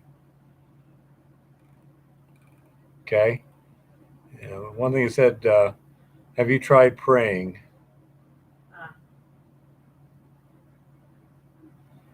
Yeah, I understood that. I kind of ignore it because some people look at everything through that lens. I personally don't, but I'm trying to figure out what praying would have to do with it. Yeah. Yeah, Jean-Francois. Eva, when she was younger, could drink most men under the table, but since I went keto, since she went to the keto diet, it's had a totally different effect on her. So she just completely avoids it. Which is by and large a good thing. I usually mix vodka, lemon juice, and tonic water, Honey Bunny.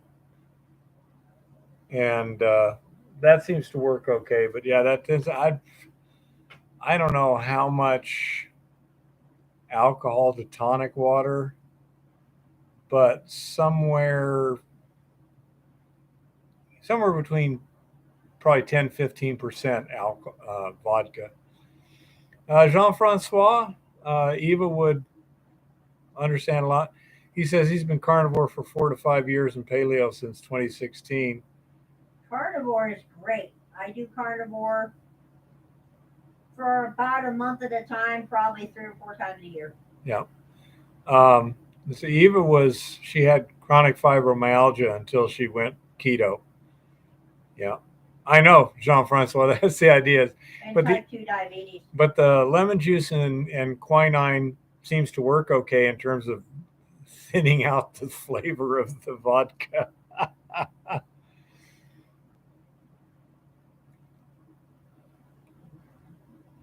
Yes, Kodak, I can see it. But yeah, Eva was actually in a walker. We'd go to Walmart, she'd get in the cart and stuff like that. And so it was really life changing for her.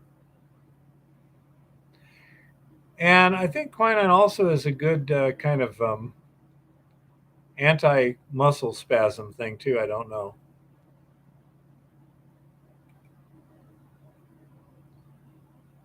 I actually prefer a virgin strawberry daiquiri to a pina colada, although they're not bad. A virgin margarita is pretty good too.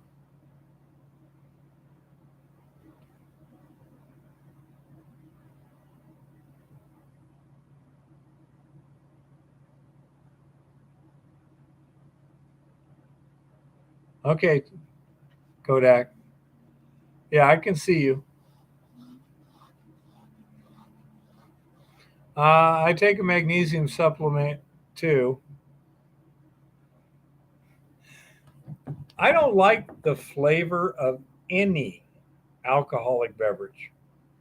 Okay, beer, wine, vodka, anything, nothing. Some is more unpleasant than others. Some are quite unpleasant, but none of them taste good to me. None at all. That's why I say I just take cheap vodka, dilute it, put the amount in for the effect I'm looking for, which is going to sleep and staying asleep for a while, and and then just dilute it to where it doesn't taste too bad. Okay, Brian, just don't handle it.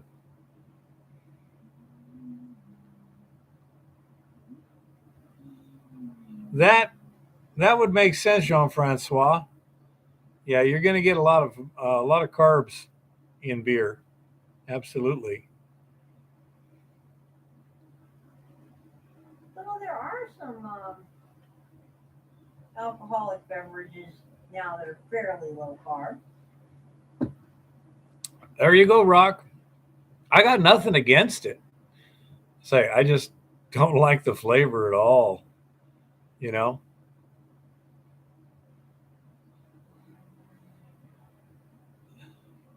I don't think that would work, Jean-Francois. Not here. So anyhow, yeah, it's a Phillips milk and magnesia and vodka make a Phillips screwdriver. That sounds like something Lars would say, Lars. Yeah, that sounds like something that could be positively dangerous. Sounds like a great idea.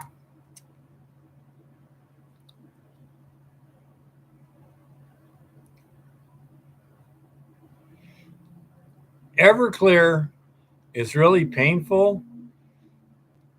The reason I tried it, well, actually, I used to drink that instead of vodka, diluted appropriately, because when I lived in Yuma, Arizona, you could go across the border into Mexico and buy a quart bottle of Everclear for $2.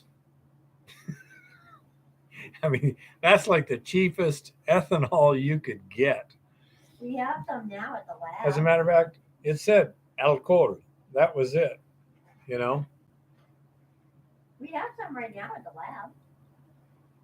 Yeah, that was from one of the rooms, wasn't it? Yeah. Yeah, you could run your car with it. Although I think for optimum efficiency, you actually need to dilute it a little bit. I think that it's actually too much alcohol for optimum combustion. Correct me if I'm wrong, somebody, but I think you want to run like 80% alcohol or something like that to give your best performance of the internal combustion engine. But yeah, so that Everclear was pretty cheap back in the 1980s. Yep, I'd say $2 a quart. When any other like just a cheap vodka would run like $4 a quart in Mexico. There, same store and everything, um, and has half the alcohol. It's like all I'm buying it for is the alcohol and dilute it anyway. Just adjust it.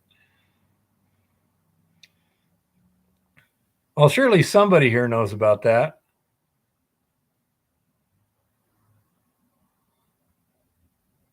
Okay, we got so many smart people here.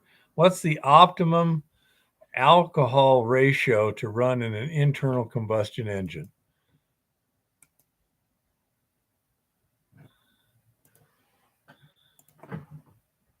Optimum ethanol concentration for engines.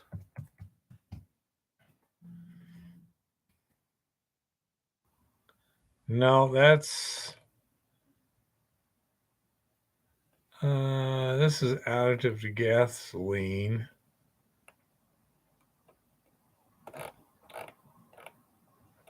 Optimum ethanol to water concentration engines. Let's try that one, see if that gets it. Okay, they found that a 70 to 30 ethanol to water mixture by mass produces the best results in all load ranges with greater efficiencies and very low emissions without the need to use exhaust gas recirculation. See? I told you.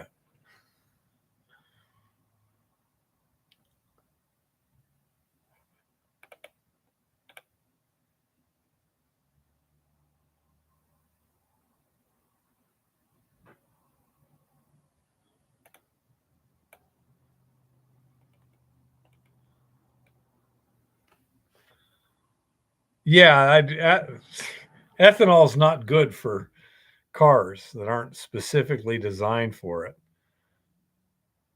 Yeah.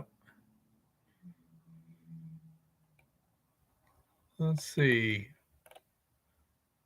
Straight anhydrous will run.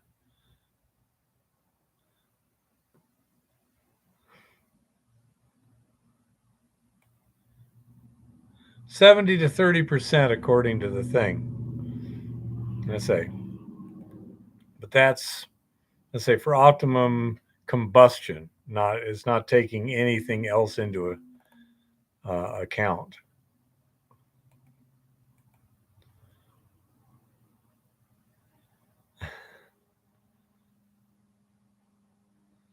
Yeah, I'm not talking about alcohol to gasoline. I'm talking to if you're running a straight alcohol as the fuel, 70% alcohol with 30% water in it seems to be a good concentration. Hello, Jeff.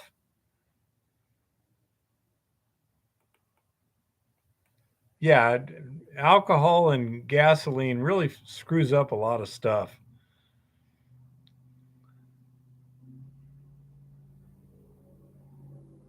Agreed, Jean Francois. It is. However, um, it's also uh, a subsidy to the farm lobby, so to speak, too. But it makes no sense to make alcohol from farm products when the energy you get out of the alcohol is about this. Sometimes it's a little bit more, but most times it's less than the energy that it took to make the alcohol and farm products in the first place. Makes no sense energetically, to say nothing of money.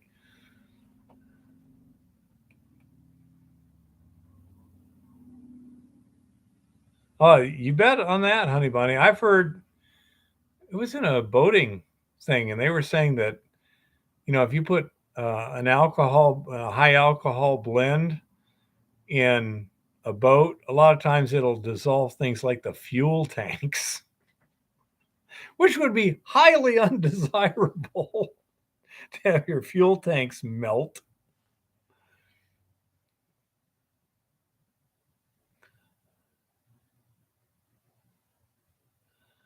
Yeah, wouldn't surprise me. It's just a political boondoggle. The politicians and industry use the environmental zealotry and the media to push a utopian solution that simple math shows isn't going to work, you know? And then they wonder why things don't work well.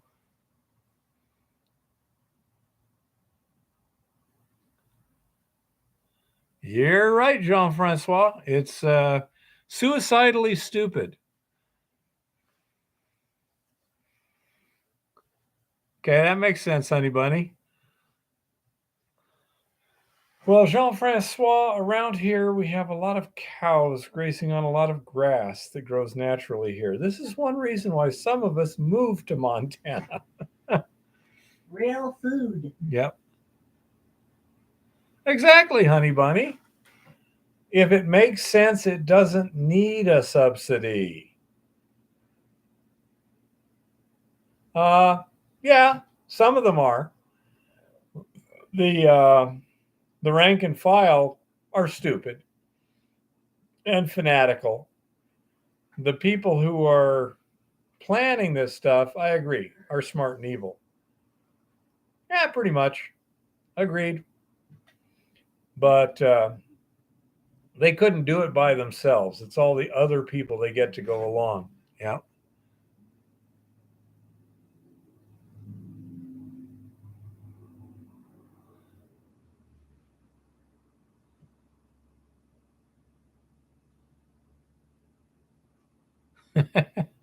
Sounds about right for a government plan, intern.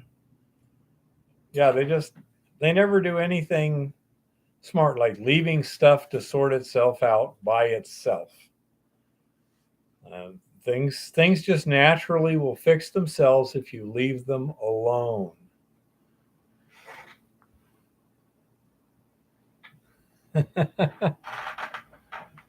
Oh. Look at that. That was my present today. Hi, Shaggy. That is a 25th anniversary sterling silver, 1.5 ounces of melt value on the silver.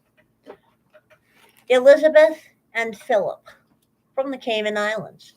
It was minted, by the way, by the Royal Canadian Mint. Another one of their beautiful things. Hi, Jeff. Jeff has an Eco Gold X question. Do you want to come answer it right now? Sure. Just a second. Jeff, he'll be right over to answer your Eco Gold X question. But yes, I got me a real beauty today. Jeff, go ahead and ask your question. He's right here.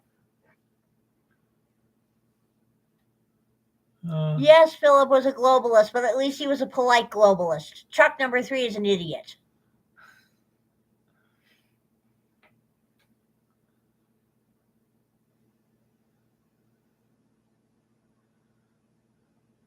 Yeah, that makes sense, Kodak. I will we'll grab that link and take a look at it and save it. Brass, no go, Jeff. Brass it'll get plated. Brass precipitates gold out of solution.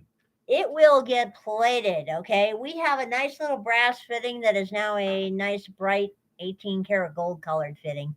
Yeah, Yeah, I say really. if you use brass, it will precipitate gold out of solution.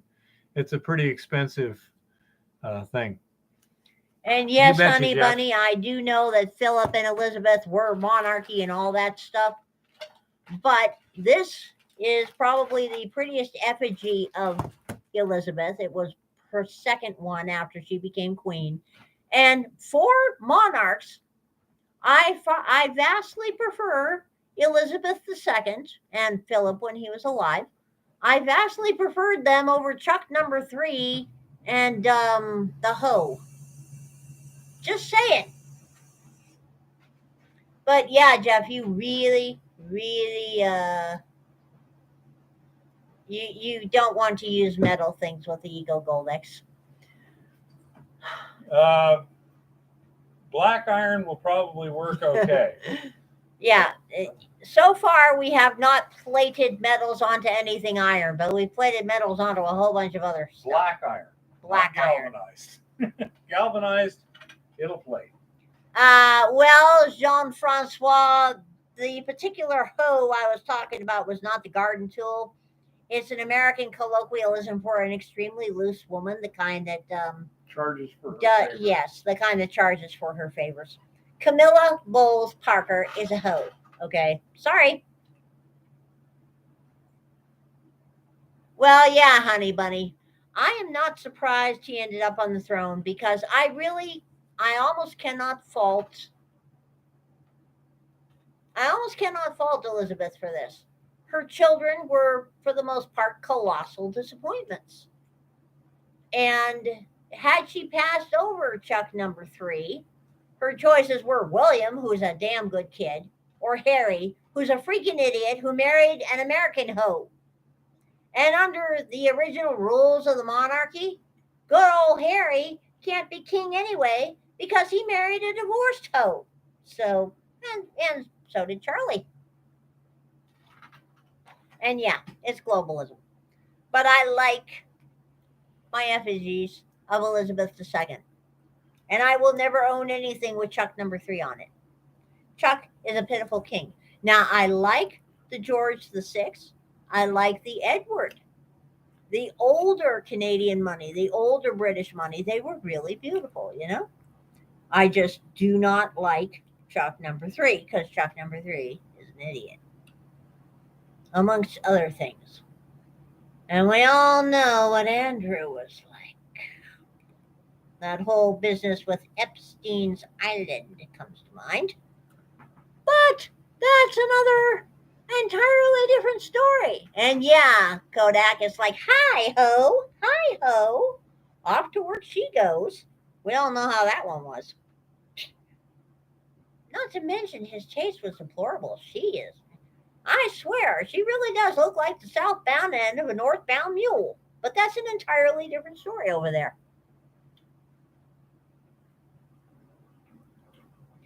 At any rate, it has been a blessedly almost quiet news week this week. In case you missed it, our dearly beloved Lord Malarkey gave a whiteboard presentation on Bidenomics. It is a from the poverty up and the middle class out business model. He detailed this while slurring his words and looking vastly confused on a whiteboard, which had very nice, helpful graphics projected on it so that he could just make check marks on the whiteboard in the appropriate places. Well, it has now been memed to death. We shall draw the curtain of charity over that unhappy scene because within a matter of hours, the memes were coming out saying, oh, yeah, the poverty is going up, up, up, all right. It's coming from the bottom up because the credit limits and the credit card use of the poor is at an all-time high. And yeah, it's from the middle out because the middle is getting thrown out. Our middle class is going out of fashion and other lovely things. As far as I know, Karine Jean Pierre has not deigned to comment on Lord Malarkey's whiteboard presentation getting memed to death. Let us have a moment of silence because Bidenomics is just absolutely ridiculous. Anyway, just saying. One of those things. You may also have heard that a certain Cheeto Hitler, Mr. Orange himself, got indicted in Florida, and, well, actually in Georgia. Anyway, he got indicted, and they fingerprinted him, and they took a mugshot, and they released the mugshot on the interwebs. And several of the networks deliberately color saturated said mugshot when they put it on the news to make King Orange look even more orange than usual. Meanwhile, the merchandise and marketing of this mugshot is just getting insane and wonderful and ridiculously funny. Rappers with criminal records as long as the goddess's arm, and other random Hollywood types and other random public figure types with rap sheets, all are now liking our orange former president. Yes, not necessarily coin and metal shores Kodak. What I have seen, I have not seen anything happen in the real world. What I have seen online is quite a few smaller coin dealers and bullion dealers that were on eBay and on some of the other platforms out there have actually gotten they've had their funds frozen and their accounts frozen for suspicious transactions, and some of them have been doing this for 15 or 20 years. So they're now currently arguing with PayPal and currently arguing with their banks and their other various payment sources so that they can make money. So far as I know, nothing is happening to our local coin stores right here in that regard. But I am beginning to see reports from out and about that not only coin shops, there are more and more local news reports surfacing of stores that are purveyors of firearms and ammunition. Everything from pawn shops to actual FFAs are all of a sudden having problems with their bank accounts. They're also all of a sudden getting unusual visits from various three-letter agencies that are spending hours and hours poring over their paperwork. Jean-Francois, is there any reason you can't just order one? Are they like illegal in Canada? If so, Yes, Never Surrender was what he put out when he came back to Twitter, when he made his historic reentry to X, the platform formerly known as Twitter. He put out a picture of his mugshot and it said underneath it, Never Surrender, Donald Trump, DonaldJTrump.com, I believe it is. And yeah, he's got all kinds of merch there. Jean Francois may not be able to buy merch directly from that website himself because it's considered a political contribution and he is over the border. Let us know if you have problems. Let us know, and we should be able to arrange something and get you one. Yeah, and Jean Francois, it is a pretty interesting. The lighting is weird too. It is a pretty interesting mugshot, and as a couple of people who are fans of the great Cheeto Hitler, as some people call him, I call him my president, and I miss him very dearly, by the way. Some of the people who were fans of his television show, The Apprentice, say that is the look that he used very frequently on The Apprentice when it came in for the close camera shot, as he said the iconic "You're fired" thing. So yeah, it It was a very interesting look. It is a very interesting mugshot, and it has backfired abysmally in terms of the persons out there who were convinced that this would put the kibosh to the great orange man actually running for president again are now puzzled and confused. These are the same people that have been glorifying criminals for about 4 or 5 years now, and saying that crimes committed in the name of social justice, etc., are actually martyrdom and a good thing, and that these mugshots of those individuals are badges of honor. And yet, for some bizarre reason, when we are not considering the orange man's mugshot to be the end of the world and it's actually making his poll numbers go up, this has them very confused. Well, if you spend years saying that crime is a socially acceptable thing and actually laudable, then why would anybody be ashamed to get a mugshot? Just, I tend just to agree asking. with that, Jean Francois. He's far from perfect, but so was Patton. And my ex wife's father used to serve under Patton. How about your? Yeah, my father. Okay, your father too? And My father remembers Patton throwing a temper tantrum because he had to stop in Berlin instead of going straight through to Moscow. yeah, and Shaggy, a whole lot of people, apparently some of the other people that got arrested, like his lawyers, yeah. were also smiling with that look like, oh, I'm gonna make so much money when I sue for, false arrest and stuff. One thing I thought of, I am um, not a fan of politicians either. one thing I thought was very unusual about that mugshot was the fact the lighting was not even. I don't know how. I mean, Trump can do his own, Yeah. or whatever, but how did he get the lighting asymmetrical like that? That's confusing. That was them being idiots, and it may not even be the real mugshot. They may have decided to Photoshop it to make it look a little cool before they released it. I You have never no know. clue, but I say that was kind of odd.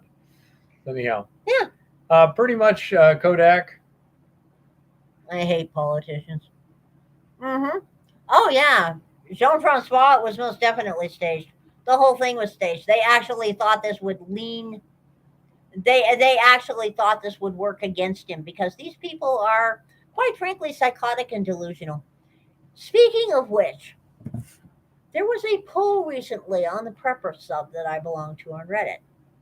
The only time they have addressed politics the entire time I've been on this sub, because this is one of the Reddit subs that will ban you for any political mentions whatsoever. They do not want the Prepper sub infected with politics. They finally decided to allow one very generic poll. Which direction do you lean politically? Okay.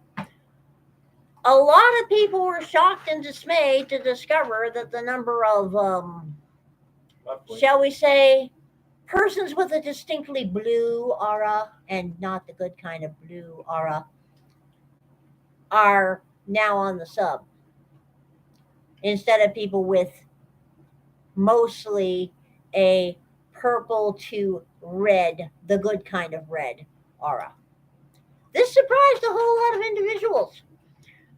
Quite frankly, it's a trend that has been disturbing the goddess for a while because the goddess spends a lot of time on Prison Planet and, you know, and in Tinfoil Hatland and on a whole bunch of other prepper subs of various types, everywhere from the middle of the road normal prepper subs to the really crazy places where we discuss reptilians from Epsilon Butes. Okay. And the number of persons who are on the other side of the political spectrum from former President Trump that are buying weapons, forming mutual assistance groups, that's what they call their collections, and stocking up for when the shit hits the fan is going up rapidly. The goddess worries about this for the simple reason that most of these people are functionally psychotic. The goddess prefers her mentally ill, functionally psychotic individuals to remain insane over in their little corners and not infringe upon the goddess's life. The goddess also doesn't like the thought of them gathering together and forming mutual assistance groups and buying large amounts of firepower and shoring up each other's paranoid delusions. Because if you listen to these people, they firmly believe that the United States is currently almost in the death grip of a Christo fascist regime. Christo fascists, mind you.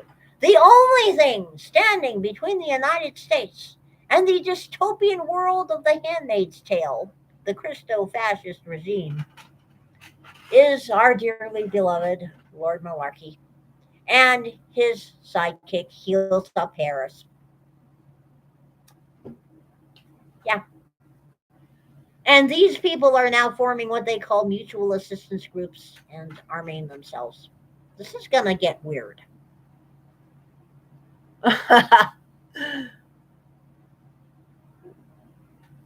That is pretty good, Kodak. And yeah, stop lending brains to these people. Mm-hmm.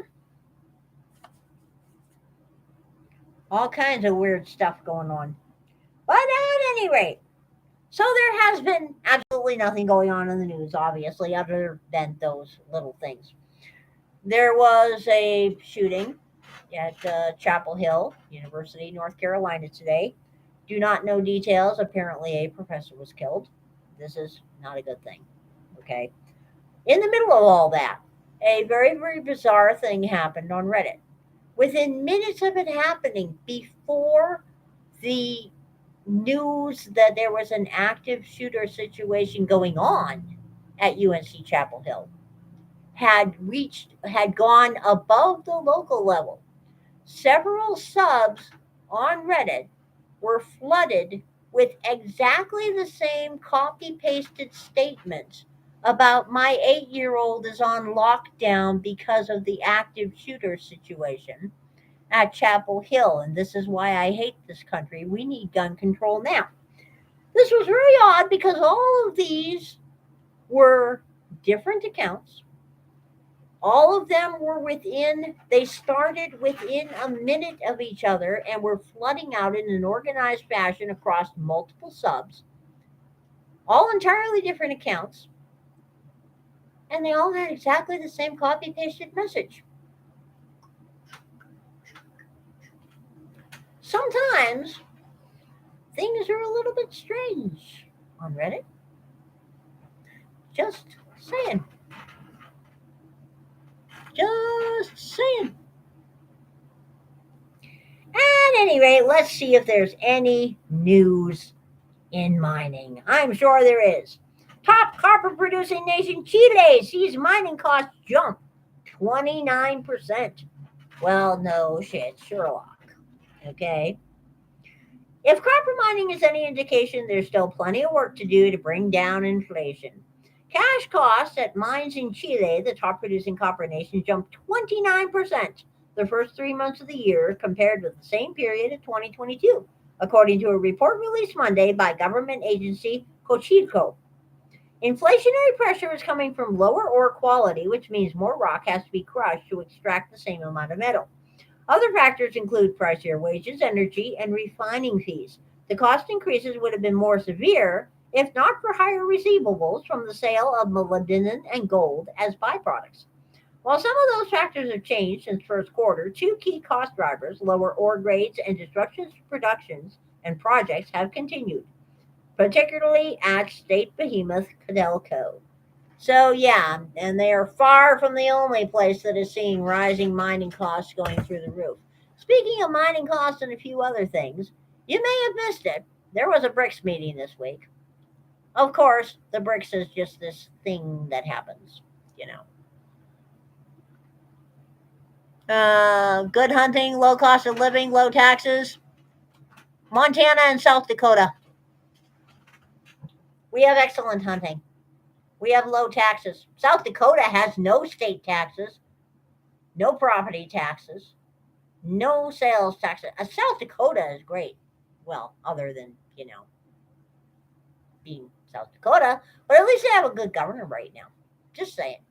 But anyway, There was a BRICS meeting this week, and apparently Saudi Arabia has been accepted into the BRICS. The United Arab Emirates has been accepted into the BRICS. Several other oil producing OPEC members have been accepted into the BRICS. And India, in a historic new move, actually paid for a whole hell of a lot of oil using rupees rather than the United States dollar.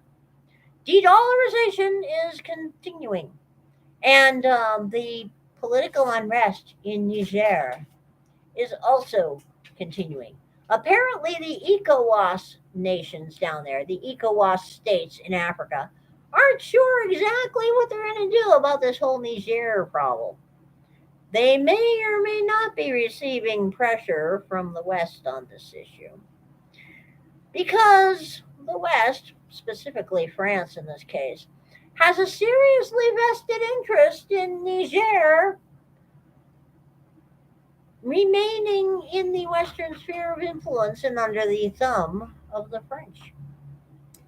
Because they've got a whole lot of uranium and a whole lot of lithium.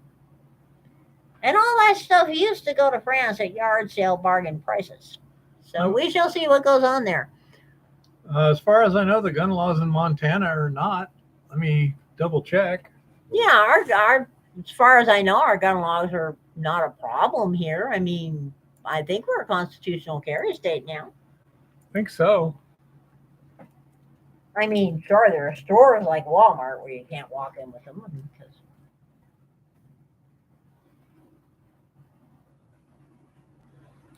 Well, let's see here. Yeah, permitless concealed carry is now legal in Montana. So, yeah. Licensing of owners, no. Permit to carry, no. Permit to purchase, no. Not needed. I mean, basically, we're a constitutional carry state. We're fine. Yeah. Yeah. We basically cool. We in good shape over here.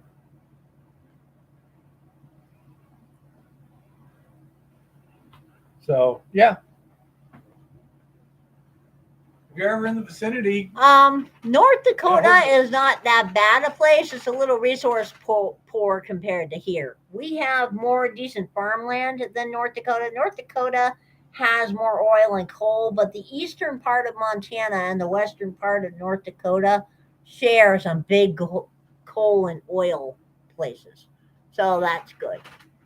The problem is always the feds. Okay. Yeah, South Dakota is a little gem of a place. Okay, South Dakota is actually a really pretty state. They have really low cost of living for the most part. They have like zero basically taxes. Really nice natural resources. If we were not in Montana, we would probably be in South Dakota. Nice place. Yeah, Rock Butcher, that's always the problem everywhere. Jean-Francois, I'd have to get back to you on that. You know, I would have to get back to you on where the place to be in North Dakota is. But I can tell you right now, as far as I'm concerned, the place to not to be anywhere is a city. I mean, that's just it is axiomatic. Cities have this deep blue aura about them that is very disturbing to the rest of us who are sane. Just saying.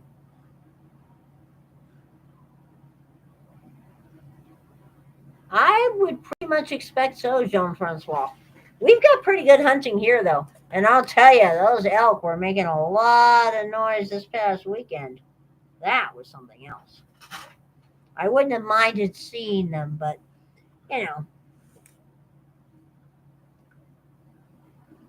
Did you see that big herd of elk we saw last winter? Did you see that video, Jean-Francois? If not, I can look up the link. Well, it's time to start discussing middles.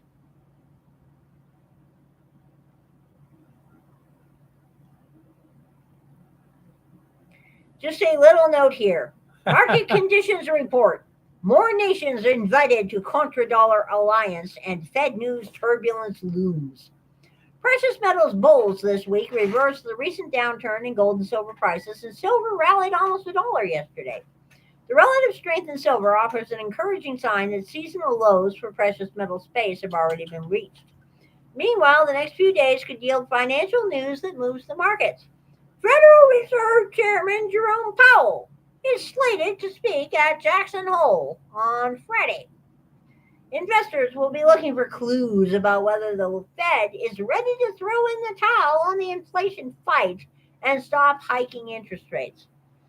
I think that may be in the offing here because the news media and the Fed are beginning to push the narrative that maybe a 3% interest rate would be great because they know they ain't going to get two. They can't massage the numbers enough to get a legitimate two. They can't even get close to a legitimate 10 at this point, okay? The BRICS summit in Johannesburg is underway with invitations extended yesterday to Argentina, Egypt, Iran, Ethiopia, Saudi Arabia, and the United Arab Emirates to become new members of the Contradollar Trade Alliance that already includes Brazil, Russia, India, China, and South Africa.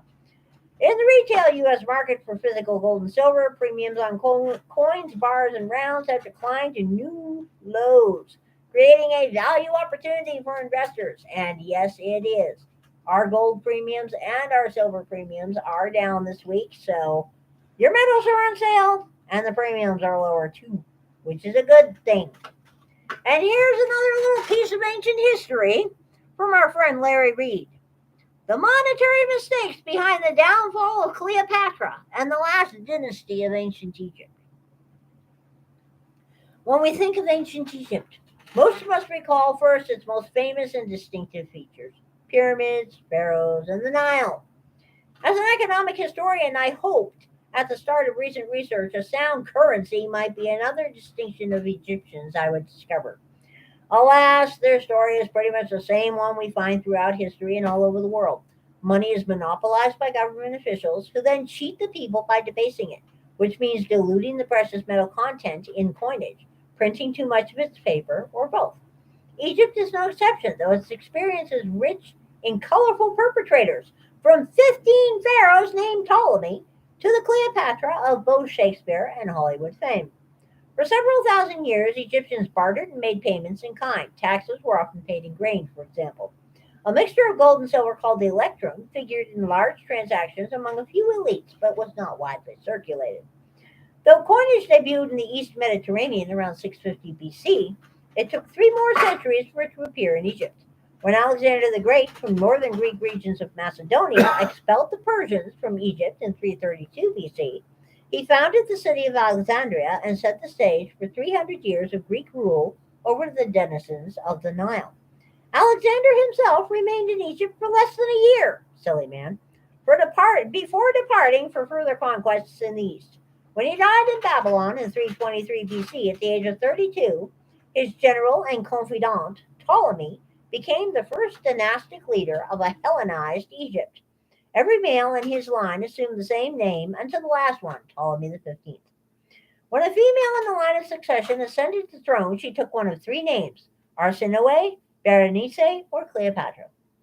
The one we all know from ancient history classes, played by Elizabeth Taylor in the 1963 Oscar winning Hollywood blockbuster, was Cleopatra the Seventh, Egypt's final ruler before Roman occupation began in 30 BC. The Greeks introduced coinage to Egypt in the reign of Ptolemy the First.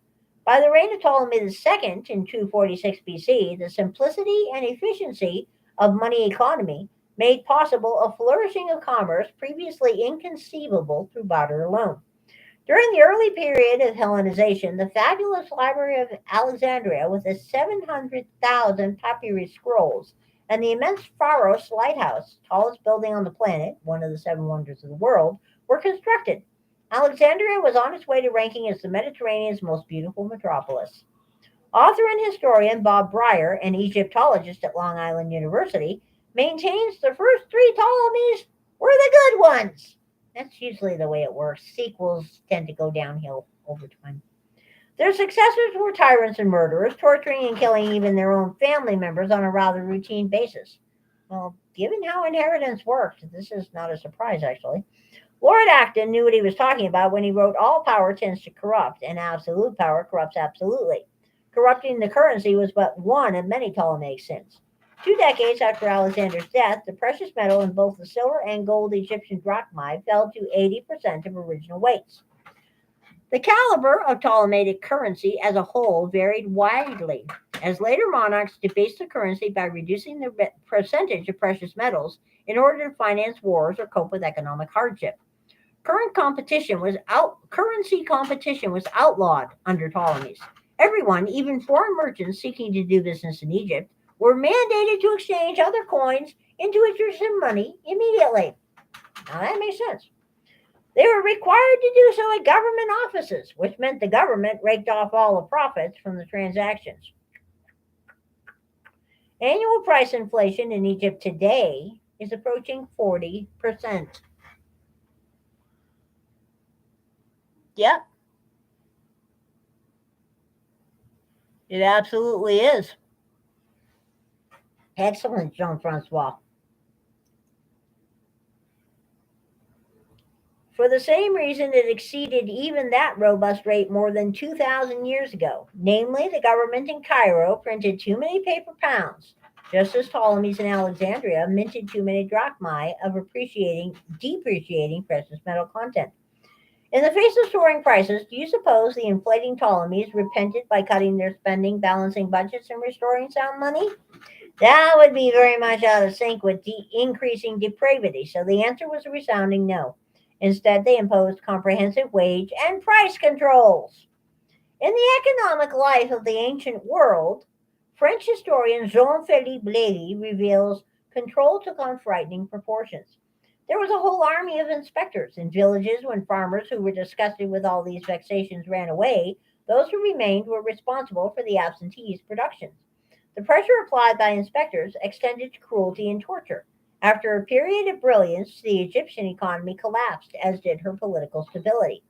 Ptolemy XII ruled from 80 to 58 BC and again in 55 BC until his death in 51. Up to his eyeballs in debt to Roman creditors, he engineered a massive devaluation of the silver currency. When he was done, the coin's silver stood at a mere 33%. According to another French historian, what is it with the French historians? Michel Chauveau, who authored a fascinating book a quarter of a century ago titled Egypt in the Age of Cleopatra, Ptolemy XII's money mischief marked the financial collapse of the dynasty as well as the prelude to the political death throes. Cleopatra VII inherited the financial nightmare of her predecessors created, but she only worsened it by cutting the silver in Egypt's currency another 50%. Her dalliances with Julius Caesar and Mark Antony did not end well. The last Egyptian pharaoh, she died by her own hand in 30 BC, paving the way for Octavian to incorporate Egypt as a province of the Roman Empire. So it turns out Egypt was no exception to the rule that governments cannot be trusted with money. If the lesson of monetary history is so monotonous that I may now devote my time to finding the rare instance in which a government monopolized money, then improved it in some lasting way. Wish me luck. Yeah, good luck, Larry. That ain't gonna happen. Just saying. And as for Cleopatra, most people discount the pressure she was under here. Cleopatra was Pharaoh. She was directly descended from the gods. God made manifest type person. Okay? This was a very small gene pool here. She had a brother who was an idiot and probably homosexual to boot. She had a half sister of some kind that was scheming to kill her. And the problem with being a goddess, at least back in those days before goddesses could bend the rules, is you could only mate with a god, or at least a partial god. You could only have progeny with a god. Otherwise, disaster would befall your entire nation. It just so happens, if you take a look at the lineage of Julius Caesar and his nephew, Mark Antony, the Caesars, legendarily speaking, traced their ancestry directly back to Venus. So here you had a man who was the effective ruler of the Roman Empire, the most powerful empire in the world. He was young, relatively speaking. He was good looking, relatively speaking. He was immensely powerful, relatively speaking. He had an army to back up his shit, relatively speaking. And he was a god. So, yeah, you bet your boots that old Cleo had a baby with him. If she could have had two with him, one male and one female, she would have been happier. But for some reason, that didn't happen. So when Caesar was out of the picture, she immediately went after Mark Antony because, again, she could only have progeny with a god. And to carry on the dynasty, she needed to have a son and a daughter. This is something that is forgotten here, but it's very important. Just saying. And quite frankly, she could have done a whole lot worse, okay? Like Octavian. That guy was weird. Just saying. Meanwhile, gold closed today at $1,921, and silver closed at $24.18, platinum at $967, rhodium at $3,450, and palladium at $1,226. So basically, in the toilet these days, just saying at the moment. And everybody is still talking about a bull market. As a matter of fact, it's quite interesting to see everybody talking about a bull market. And out the other side of their mouths, a lot of these same people are saying that you have to be an idiot to invest in physical gold and physical silver. There is no accounting for some people, and that's all there is to say about that. Meanwhile, gold and silver are still on sale. Woohoo! Always good when gold and silver are on sale. Do not fall for that silly paper stuff. Buy the real thing and bring it home, because if you don't hold it, you don't own it. P.S. Go read Zero Hedge. Bye-bye.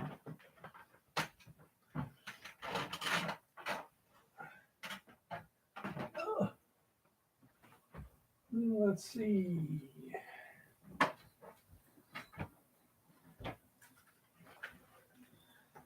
I'm glad you enjoy it, Jeff.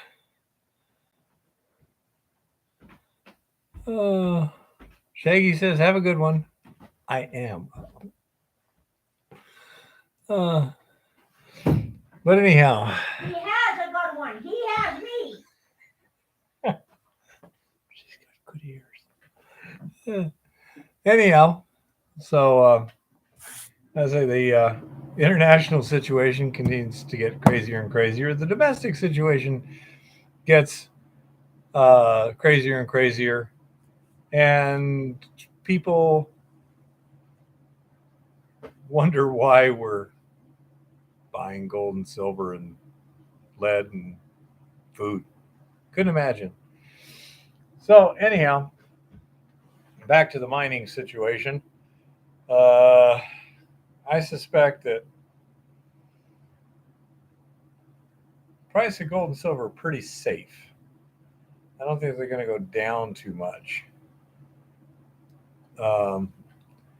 I don't do much investing either. I don't consider buying gold or silver, and we can't afford gold, but I mean, I don't consider that to be investing as much as just saving. I lived through the late 70s, early 80s, and so saving money is like just watching it evaporate. So up till now, I've always made money unless it was a very short-term trade. But I would typically do like we're now, dollar cost averaging in, and then years later when we needed money, cash it in then.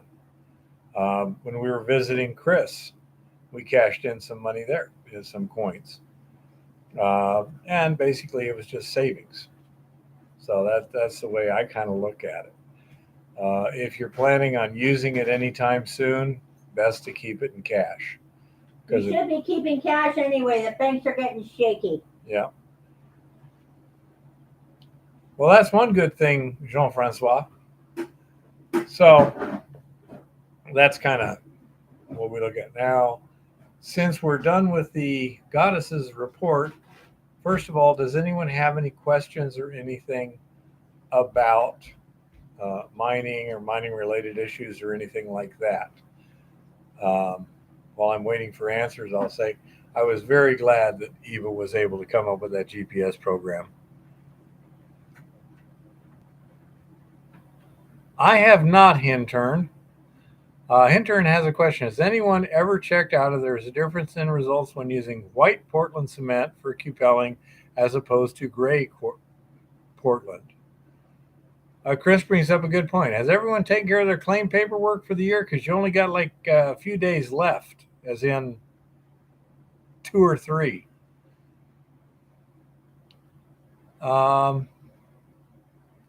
Did you find out what the mounds were on the hill? You mean the ones next to the trenches or someplace else?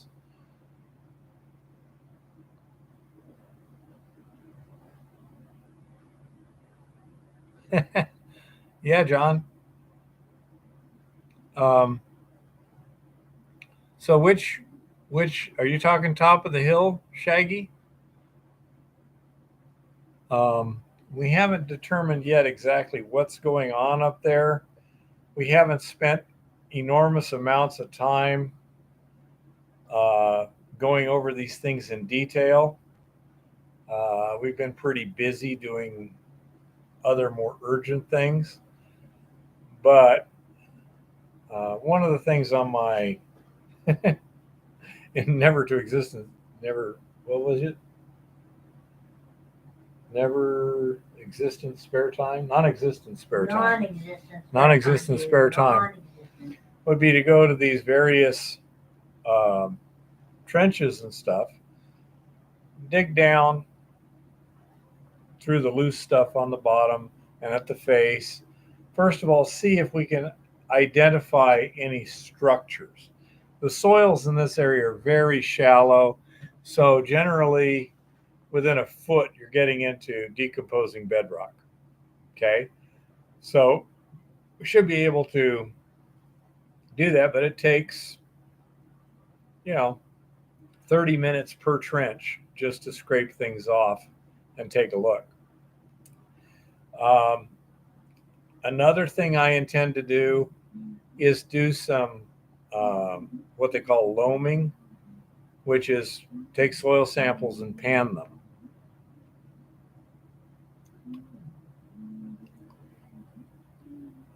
Yeah, we haven't done that too much, but Kodak, you can look at Prospector Trips channel. He was trying that. You might ask him what his results are, whether he's continuing that or something else, because he's been doing a lot of recycling. He's a nice guy. If you got a question, you can ask him. I'm sure he'll be happy to answer. Oh, let's see how many videos you get. Let's go to YouTube and Prospector Trip. Prospector.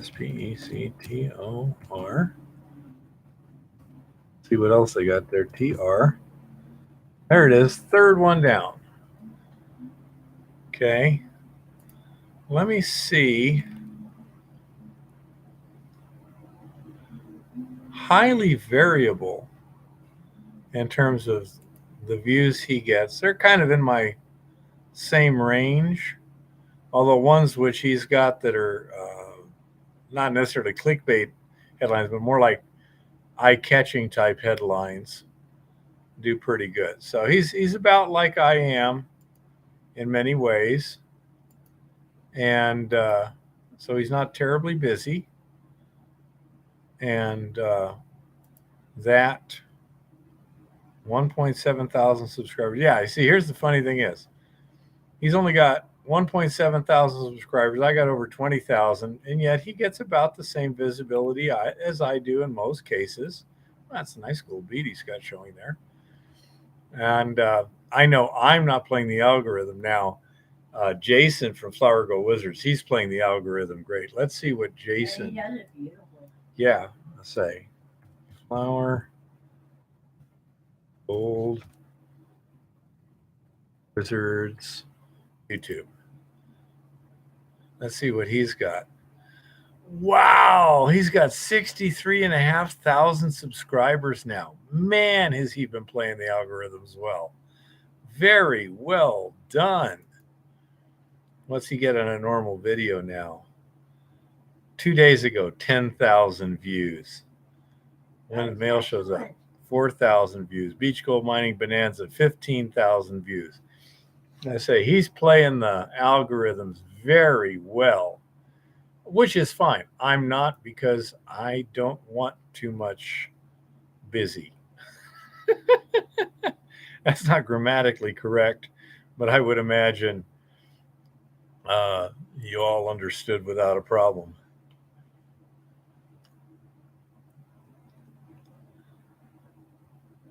No, Prospector Trip is in Idaho. He's near Boise. Let's say he's a nice guy, and it looks like he'll have enough time to answer questions without too much problems. I say he's kind of in the same range I am, and I don't have trouble answering, any comments that show up. At least not when I haven't been gone for 4 days. And that's another thing too. If you ever send me a comment on like a Friday and you haven't seen a response in 2 or 3 days, you might want to resend it or something, because it's hard for me to go back in the comments section that far. But go ahead and that's one of those things that if you want an answer or something, if you don't see one, I didn't see it. And that reminds me of something else. Rock Butcher, in case you didn't know, I'm no longer subscribed, apparently, or something, because you mentioned. Oh, let's go to YouTube here. Apparently, you've put up some videos that I haven't YouTube got notification. People from stuff. Again. Yeah, there it is. I am subscribed. I have the all notification on. I'm not getting notifications. Rock samples from a wall. Exploration. No, I haven't seen any of those things, Rock. Just letting you know. You might try unchecking and then rechecking the notification thing. I have to do that to you all the time. Really? You do what? The little all bell? Yeah. Okay, so none and then all. Okay, let's see how that works. I've done that a couple of times.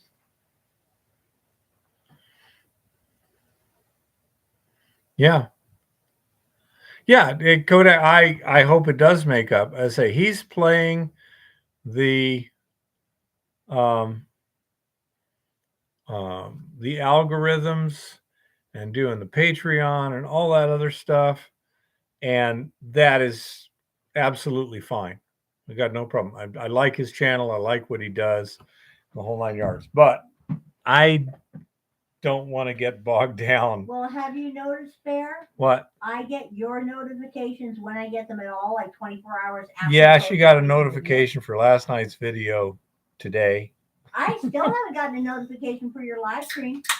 Yes, she still hasn't got a notification for the live stream. I have to uncheck and recheck that bell like twice a month. Yeah, she says she unchecks and rechecks that bell about twice a month. So if you don't see anything from me, it's rare that I'll go a week without a video. I try to do at least one video every week. But it's TRIPP, John. That might be something.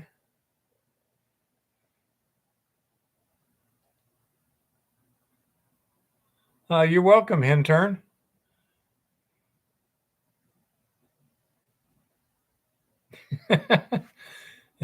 Yeah, Shaggy, but I don't think it'll get you any more viewers. Yeah, and Chris says, and usually if he gets a notice, it's after the fact. Exactly. I haven't monetized my channel because I know if I did, then they'd start pushing people towards it in order to increase the ad revenue. Since there's probably only so much market for gold mining YouTube channels, then something like mine, they just don't push it all. Well, there are more gold and silver companies advertising on YouTube lately because of the financial situation. Okay. But anyhow, so as I say, I just don't do it because I like what we have here on Mondays where we can get together. Somebody has a question, I can get to it without a problem. Some of these people, boy, you just watch the comments fly by. You can't even read them as fast as they're happening. And so that's not what I'm looking to do. I enjoy being up on top of a mountain with the woman I love doing stuff I enjoy doing, you know?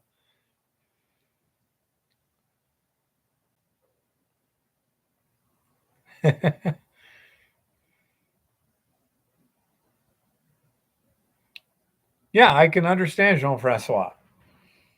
I'll say, 400 subscription.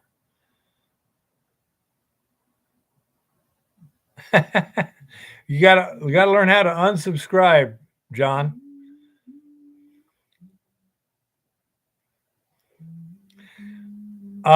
Jeff Williams, I agree, could be less of a goof. But when he gets informative stuff, he's usually informative. The one thing I think he could improve a little bit in is when he's talking about rock types and things like that, assume that the person watching doesn't know what you're saying and just kind of I'm sure I'm bad at that too, you know. I like Jeff Williams. I just wish he had Slim on more often. Yeah. But when you talk about rhyolite or this or that, it might be a good idea if you're trying to get the message across. To remind people what the hell rhyolite is. Okay. But yes, I agree, John. He's playing the goof less than he was when he first started. When he first started, it was primarily entertainment.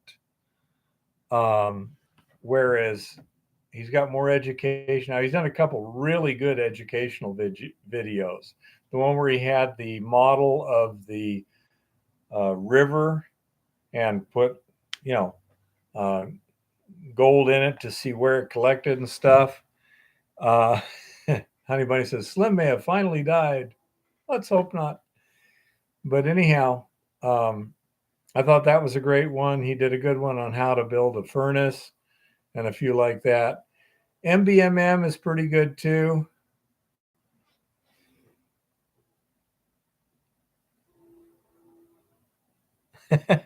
Slim, a close relative to Keith Richards?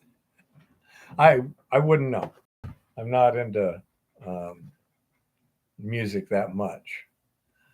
But anyhow, Keith Richards looks like he died about 15 years ago and nobody told him yet. Yeah, that's why he said Slim, a close relative to Keith Richards. Now, Eva plays Name That Tune really well. But yeah, I'll say Dan Hurd, Jeff Williams, a few others, but they're kind of Pioneer Polly probably. Now, Pioneer Polly, it gets annoying to me, his high energy stuff, you know.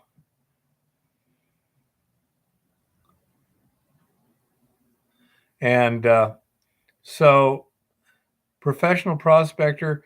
Oh, I know who that is. That's Chris Ralph. Used to be an associate editor at the California Mining Journal. I like Chris Ralph very much. His videos.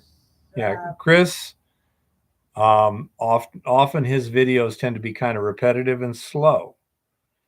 You know, But I like him. He has a very good voice. but he certainly has a lot of knowledge. And so, Tassie Gold Prospectors or something like that. So I say you have these different styles, and and there aren't too many people doing hard rock. Yeah, there's not too many people doing hard rock. That's true. Chris Ralph does some. Jeff does occasional. Heard never. Mount Baker, he's getting now. He's opening up that mine and stuff. But again, that's my thing is hard rock. And Jason over there at Mount Baker is cool. Yeah, as I say, so everyone's got their own kind of style. And see, like another thing, when I'm in the field, I get dirty. And I just gave up trying to look presentable quite a while ago. It's funny when you look at my shirts. In reality, they look dirtier than they do on the screen. I don't know how well it shows up. Let's see with a different camera and unnatural lighting. Let's see which side is which. Okay, there we go. Your shirts are pretty hopeless anyway. Yeah. And mind you, they look about the same when they come out of the washer. And as you can see, I'm pretty dirty, but then if I put on a clean shirt, I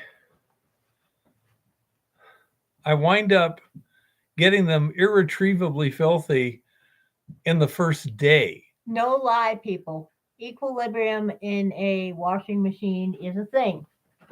This dude, I accidentally put a mostly clean, light colored shirt of mine, got accidentally mixed in with the laundry one day. It was a beautiful lavender shirt that actually was not dirty before it went in the laundry. It came out of the laundry irretrievably stained and filthy.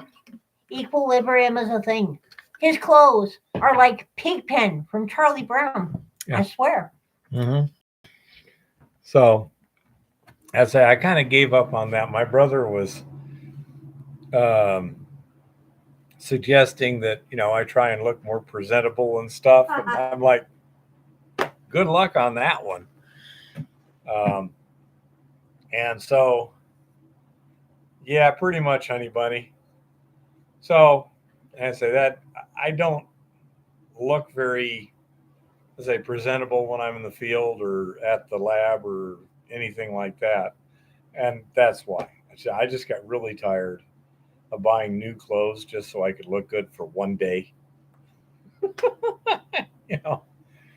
Eva, I washed my black and white flannel brush shirt with my cruiser vest, and the white came out pink. The crew never let me live it down the rest of the summer. Yeah. Yep. Sounds like the kind of thing that would happen around here. Yep. So anyhow, let's say that's, kind of, I do my shtick. And, Jeff Williams does his, and Dan Hurd and Pioneer Polly. But that high energy Pioneer Polly thing, it just pushes a button in me or whatever. Just, guys, seems like a pretty good prospector, and he does a lot of stuff and blah, blah, blah. But wow, it kind of nails on a chalkboard sort of thing to me. I like him. Yeah, Pioneer. There's nothing bad about him. It just doesn't work. Yeah, honey bunny. Pretty much Kodak. That's all I do is I just throw it in there. AKA Shaggy says, I've seen people filming mines in flip-flops. Yeah, right. Genius. So, anyhow, I do my shtick, and I'm happy with the people I've got that I interact with. And that's it, you know.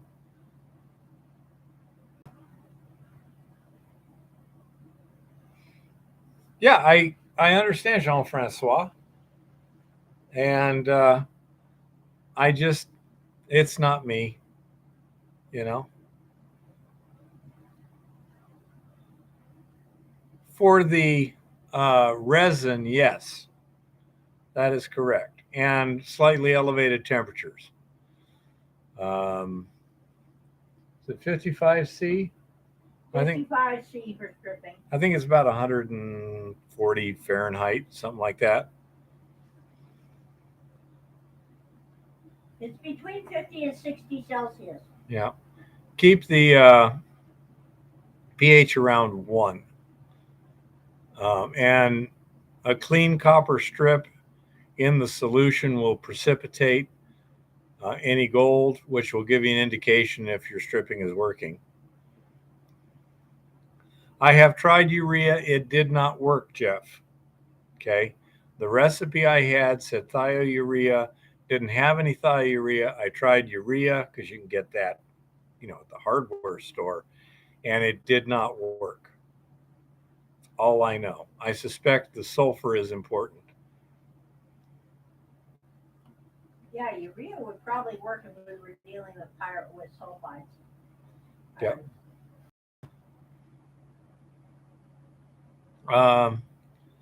You should ask him to give a presentation. I think he'd be willing to do it. I don't know. I mean, we don't have very many people to give a presentation to at this point, but thanks for the information. We get to that point, or if we're going like to regulators or to the college or something like that, that might be a pretty useful tidbit. Thank you very much. And you're welcome, Jeff.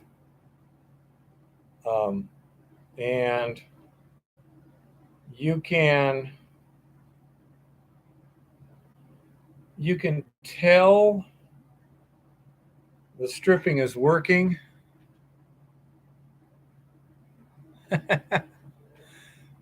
That's okay, Rock. I don't think I want the collection methodology. But anyhow, we did several runs and this and that and the other, and using the copper strips, we can tell when it starts stripping gold and everything. The temperature has to start elevating a bit, and as the temperature elevates, the pH will drop. Okay, so at room temperature, what should your pH be, little one? 1 3/4. 1.75. Yeah. Okay. When it gets to about body temperature, you're looking at about 1 1/4. Yeah. So, as I say, it's one of those things where your starting pH at room temperature should be, like inch 1 3/4. When you get up to full operating temperature, it should be dropping down to about 1. We have a chart. If it isn't, just that's a confidential little one. If you need to add a little sulfuric, go ahead. But you can tell by the amperage on the electrolytic cell as the gold starts stripping or stuff starts stripping off of the resin. You'll see the amperage go up at room temperature. Just getting started on a batch, we might see an amperage in the 0.4, 0.5 amps range. And by the time we're really cranking, the temperature's up, the pH is down and everything, we'll be pulling almost 2 amps. And then as it finishes stripping, you'll see the amps die off again. Okay. And I'm definitely no expert on the chemistry or the electrolysis going on. I can just tell you from observation, at this point, the stripping is complete, or at least the effective stripping is complete. What electrode surface do you have for these currents? That is an excellent question. Let me get it. Okay, so about 12 square inches per side. And because they're metal strips, it's got two sides. Amps per inches squared. Okay. At full stripping, we're looking at about 2 divided by 0.16. If it was just one side you're calculating, if you're calculating on two sides, 0.08 amps per square inch. Titanium plated screen might be good, but how do you get the gold off the titanium plated screen? Okay. And, well, yeah, but I've got anodes on both sides of my cathode, you know?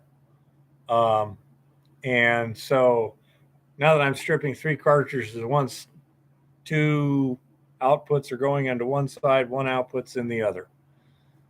I'm just using a 6-inch long strip of 2-inch wide stainless steel. Okay. And I don't know. Is it going to come off of there thoroughly rock? I don't know. I just scrape and scrub the cathode, and I scrape and scrub the anodes, and it all cleans up just fine. Yeah, I've got 2 carbon steel anodes, which are starting to get a little thin, but 2-inch wide carbon steel strap, 1/8 inch thick, is pretty cheap.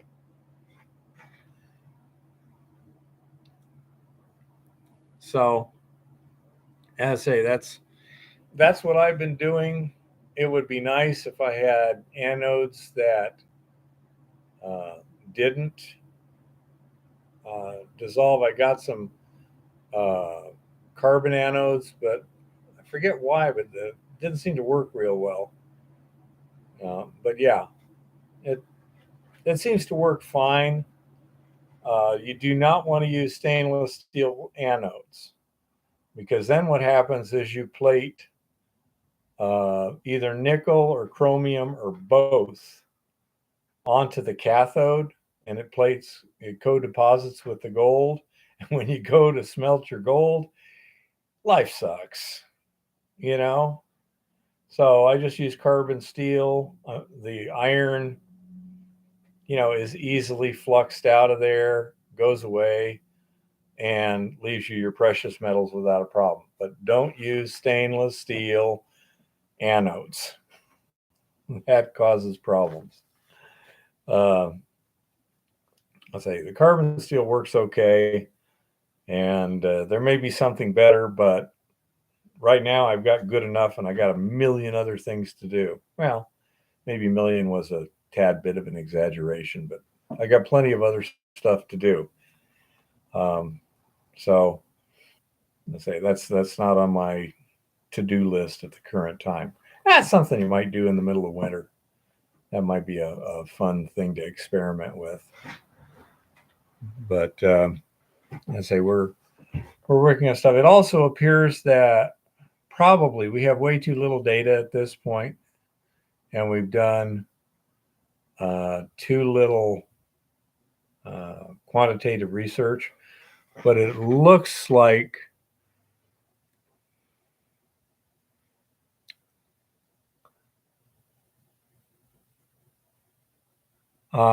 could be Jean-Francois, but they will also stainless steel will also electroless plate gold out of Eco Gold X solution. You can just stick it in there, no current, and it'll plate.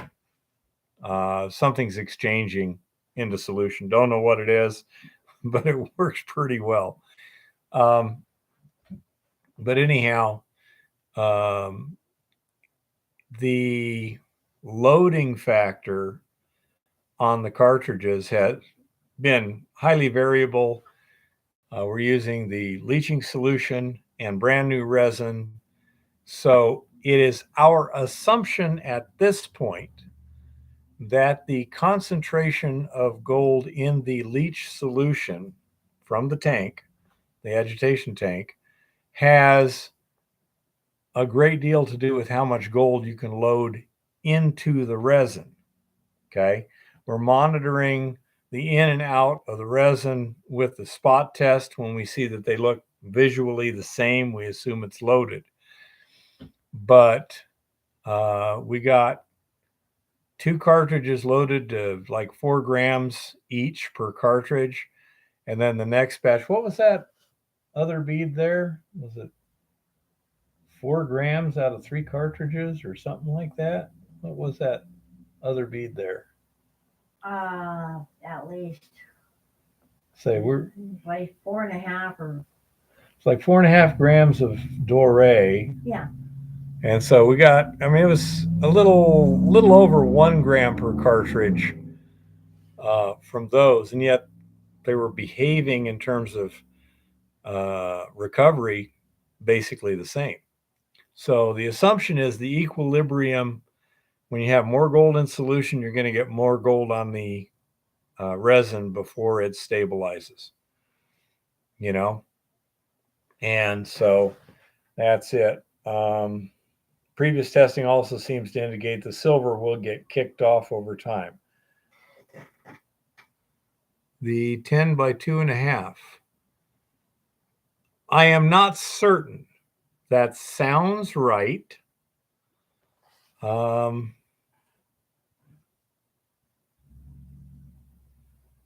know there is gold loss while while drying the resin.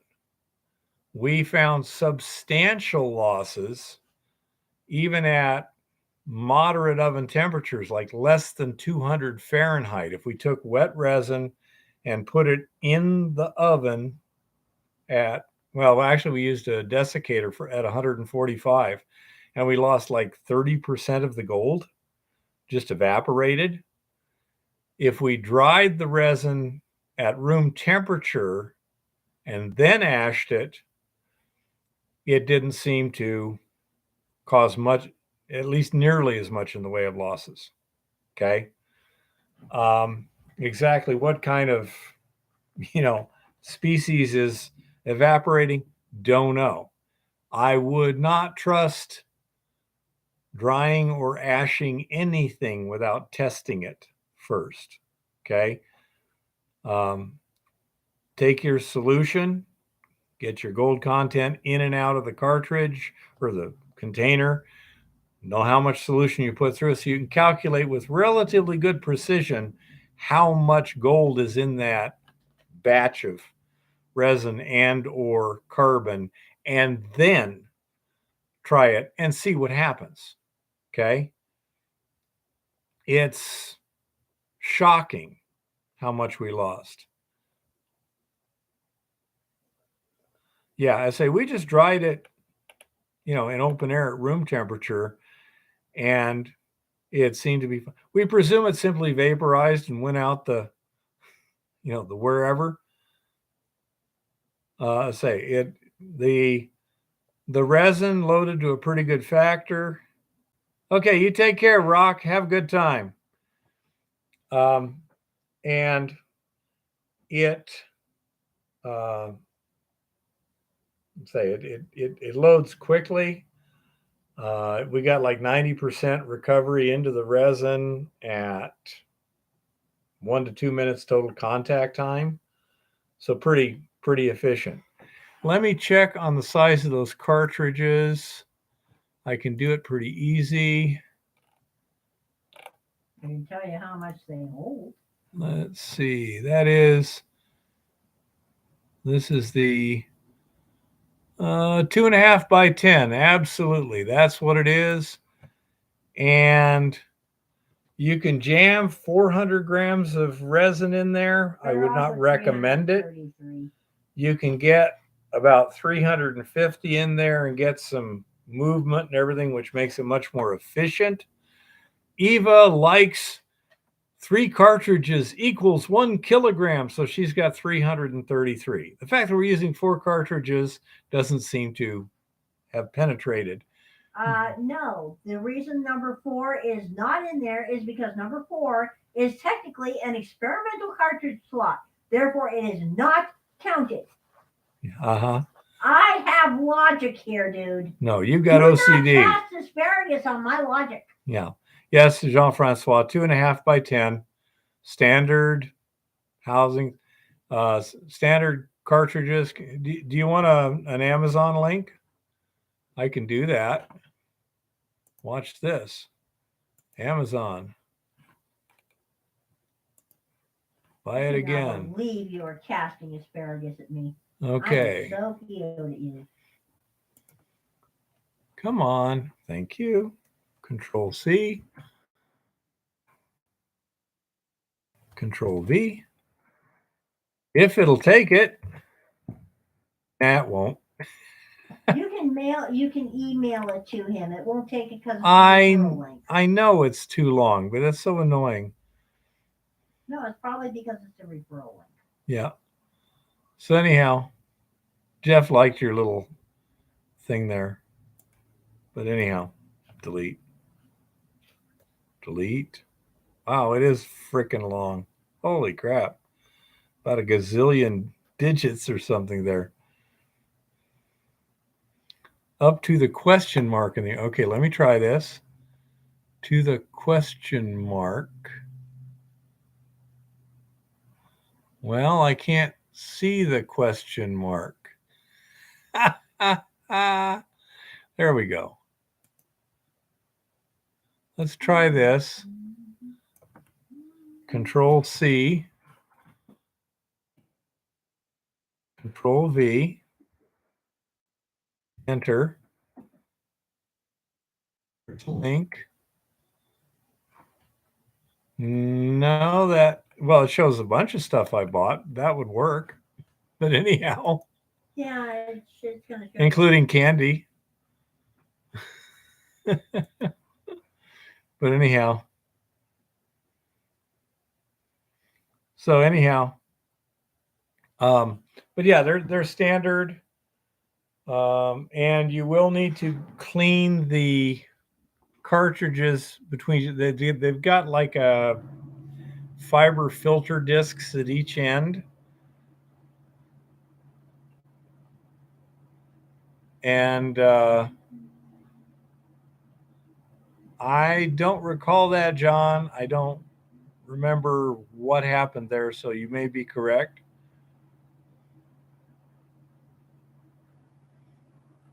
I say between uses, make sure you take the resin out of the cartridges. The upper cap, if you take that and just smack it on a hard surface fast, the little retainer pops out and the filter disc comes out, and you can clean it very thoroughly, very easy. And yeah, somewhere around there, Chris. And then I take a hose and wash out the other one from both sides, because getting it out is a real pain in the butt, because it's designed to hold the filter disc in when the water is pushing the other way, so it has to be much tighter. And but yeah, you need to wash those out, or it'll really cut down your flow. Also, if you are using anything but real clear solution, okay, let me get this one here.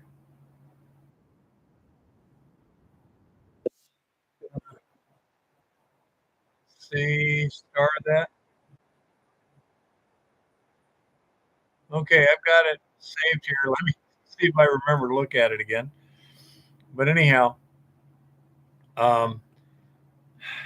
if you're using anything but real clear solution, those filters will also plug up with sediment, and you may have to, in the middle of a run, clean them out. Now, I've found that if you take the top off smack it, clean that out, and then put it back on. You can usually just hose off the bottom one because most of the sediment will be on the outside of the bottom one. But watch your flow rates, and you're going to see them go down as sediment builds up. That's why the first. So Why you also want to have a cartridge in the front with a filter. yeah, we have a pre-filter cartridge too. We have a housing and a fine filter uh, in that, and it will get clogged up pretty well too. So you have to hose it off and everything. Say with as dirty a solution, even once it's been through the pad and everything, where it looks fairly clean, it still does a significant amount of plugging, but not nearly as much as it does if it wasn't being filtered through the pad. Yep. Yeah. I mean, filtration and sediment removal is a thing. Yeah, I've done that too, John. Um, it's one of those things. It depends a lot on the gold concentration in solution as to how good a plate you get down. I actually, what did I do? I think I cut the voltage a little bit to see how it would work, and it worked really well. It plated very nicely and would not come off, which is undesirable. So I cranked the voltage a little bit, and it uh, did a uh, did a pretty good job of peeling off. Matter we usually find more stuff in the bottom of the cell than on the sides. Fresh water, spin down, sediment trapper, max pressure, a few more. Well, how much are they? I hate that. Well, it would be kind of nice to have a price. Dimensions 10 3/8. Looks nice. Filter sizes 700 microns. There's a micron rating. Where's the damn price? Oh, I hate that. Good luck with that. Well, let me star it. Okay. Any idea how much those cost, Chris? I mean, it looks nice and everything, but it has no price associated. I hate it when they do that. You know, $125. Ouch. Look at the link. Okay. Look at the link. You mean in the thing here? Well, when I hit the link, it says water filtration, fresh water, chemically resistant hot water. Mine doesn't have any prices that I can see. That doesn't mean anything. Water filtration. What did I say? Filter body. Okay. Smart products, accessories, resources, blog, become a distributor, portal login. I don't see any place where it says a price. Say, perhaps I'm just idiot. I mean, when I click on the particular things, it doesn't show me a price. It says view more. I go click. Capacity, port size, filter materials. Saying what's a micron rating? Find a distributor. Yeah. I don't see it. Yep. You don't see the link you posted. Oh no, Jean-Francois, I can't see a link because you are not a moderator, and that means if you're not a moderator, you can't post an active link. Now, if you post a series of characters, in theory, I can just block copy it. But yeah, without being a moderator, you can't directly post a link. And I don't even see it. That's the weird thing. Let's see what happens here. Pin message removed. No. Doesn't show it. Do you see it now? No, I do not.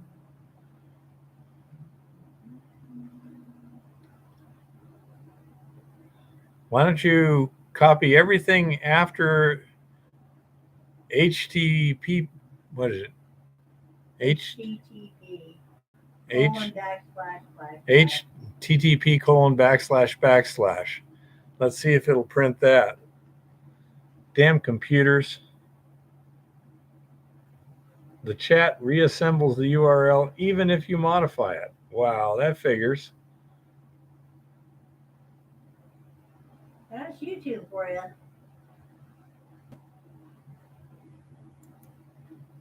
Let's see. Okay. Chris found it on Amazon Prime. I'll go ahead and what do I hear? Add to cart. Okay, I'm going to put it in the cart, little one, so we can try it. For $45, it's worth a shot. You know? We shall see what we shall see. It looks pretty simple enough. We shall have to see. That would make life easier if it works. Nope, Jean-Francois. I think Chris looked it up on Amazon, and it was only $45 on Amazon. Go figure. I hate computers. Everyone's talking about artificial intelligence. Like, damn, they're too intelligent already. You know? Yeah,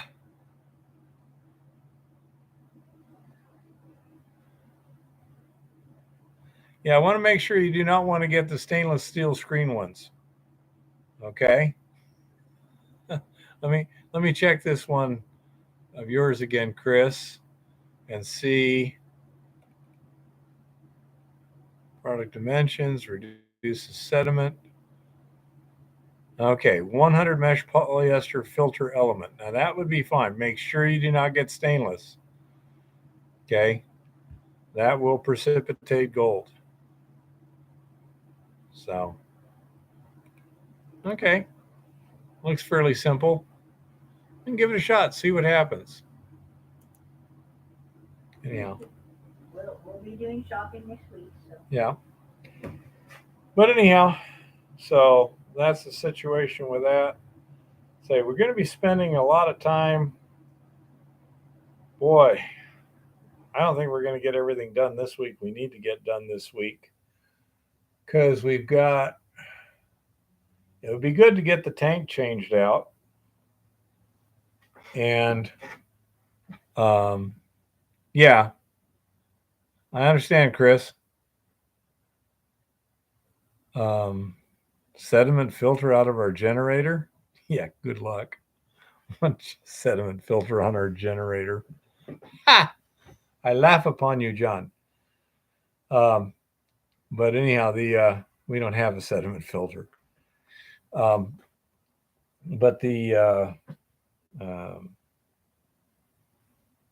would be nice to get another batch in there. Yeah. I really need to try and jaw crush all that stuff that's in buckets right now so I can get the buckets back. Yeah, and I have stuff to do in the lab. And Eva's got a bunch of stuff to do. Wednesday's going to be a long day in the lab. I'm going to need you to wake me up early for that. Okay. And we got to get the truck carburetor done tomorrow. We were lucky that I asked a guy at the parts store. I asked him, if you needed to have your carburetor rebuilt, where would you get it rebuilt? He goes, Chuck, over at Ace Carburetors. Nobody else in town would I trust. So today we went over to Ace Carburetor and Chuck, and I asked him, I said, got a 76 Chevy pickup, quadrojet on it. How much would it cost to get the carb rebuilt? And he said, $200. I said, when can you get to it? He said, tomorrow morning. Bring it in after 8. It's like, okay, we can do that. So get that started. Because, I mean, once he starts taking it off, he's going to want to get it done and get it back on. So I don't see it being more than a 1-day event. And so that should get that done. I mean, I know I've got problems with that carburetor because A, the float bowl drains overnight, and B, at a particular power and RPM setting, it misses. I mean, it's not huge, but I mean, you can hear the engine kind of spluttering and such. And basically a bad flat spot. So there's something plugged somewhere in there at a minimum. So we'll go from there. But that's what I need to get that thing done. Ask them if they do the bushings for the butterfly shafts. I understand what you're talking about. I have no clue. We'll see.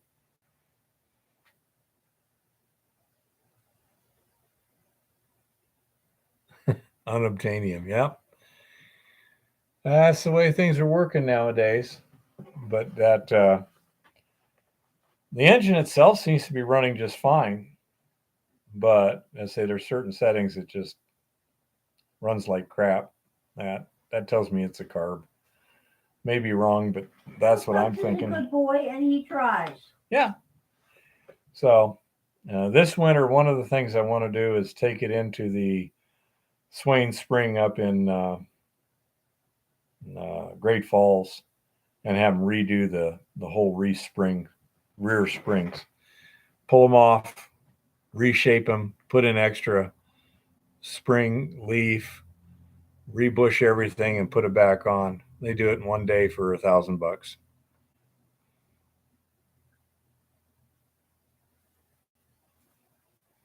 There's a lot of stuff I can't figure out, Jean-Francois, right now. It's just pretty weird out there. I just accept that as a thing. Well, if you were here, Kodak, I'd be happy to let you do it. But as I presume, I mean that's what he does, Ace Carburetors. So I presume he's got everything we need.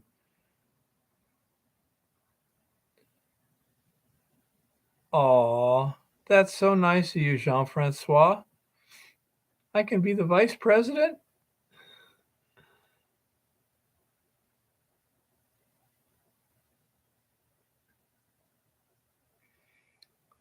Yeah. Or have somebody just rebuild the drive line, or go to a junkyard and get a good one.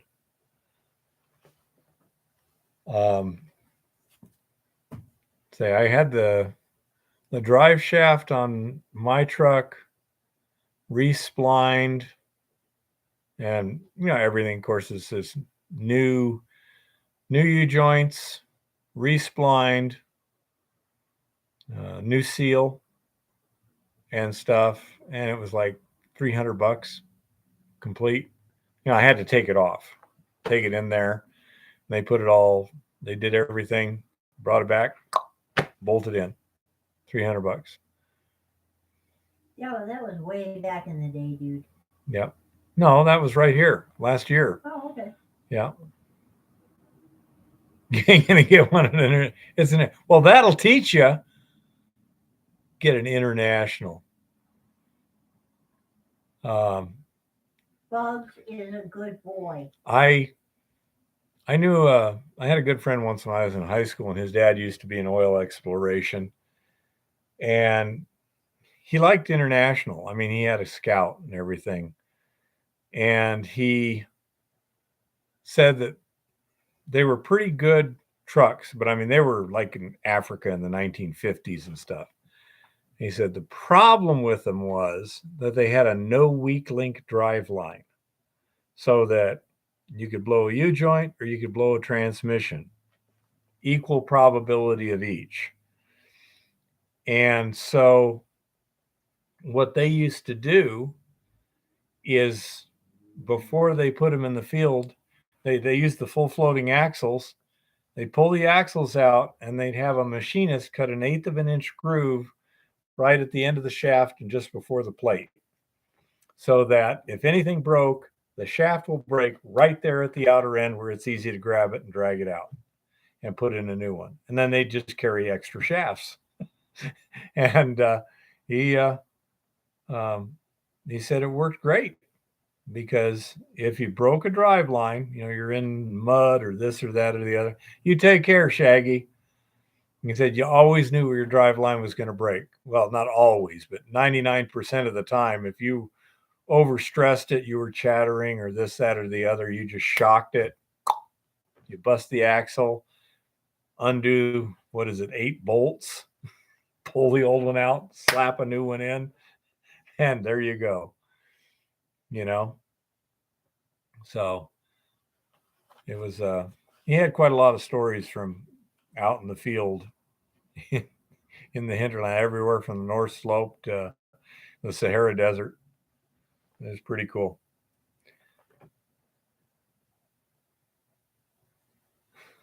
Yeah, well, it happens. I'm sure I've done bad things to the minor Bago too. That anyone who's a good mechanic would go, motherfucker, stupid ass Keith. But anyhow, that's the way it happens. Okay, we got anything else to talk about at this point?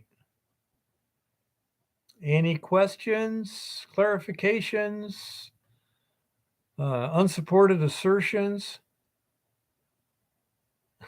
Yeah, it's been known to happen, honey bunny. Hence allegations and things left unsaid. Yeah.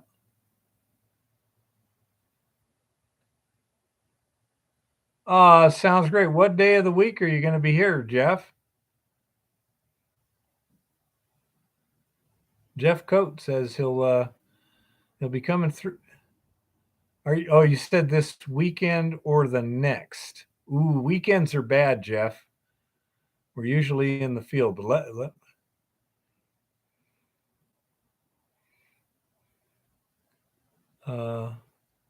yeah, that's exactly what I heard. What time of the weekend are you looking at, Jeff?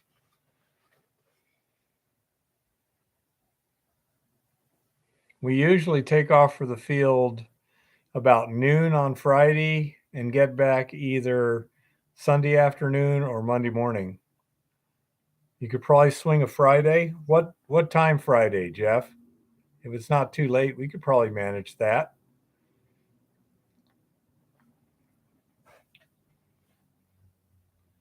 You're welcome, Jean-Francois.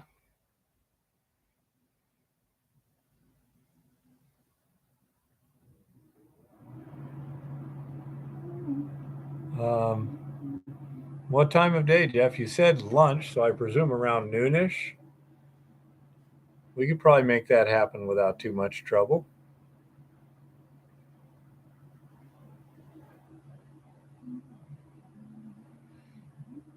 That sounds good, Jeff. We could have lunch. I mean, even noon would be all right. So, coming up from Boise, cool. Okay. You got my number, Jeff?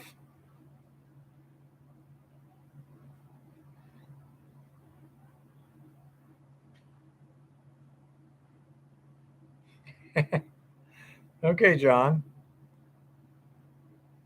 Do you have my phone number, Jeff?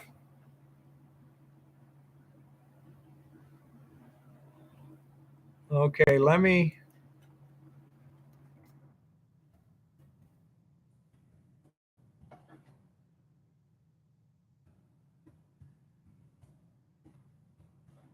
Take it. Oops, that's not right.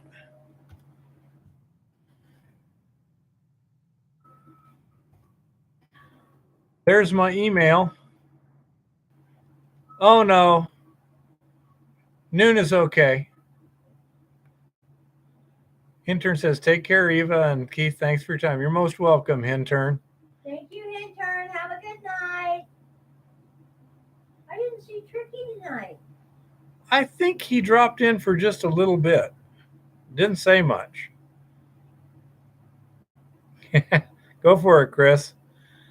Alrighty. Well, we will talk with you in the next day or two, Jeff, and we'll see what we can set up. Sounds cool.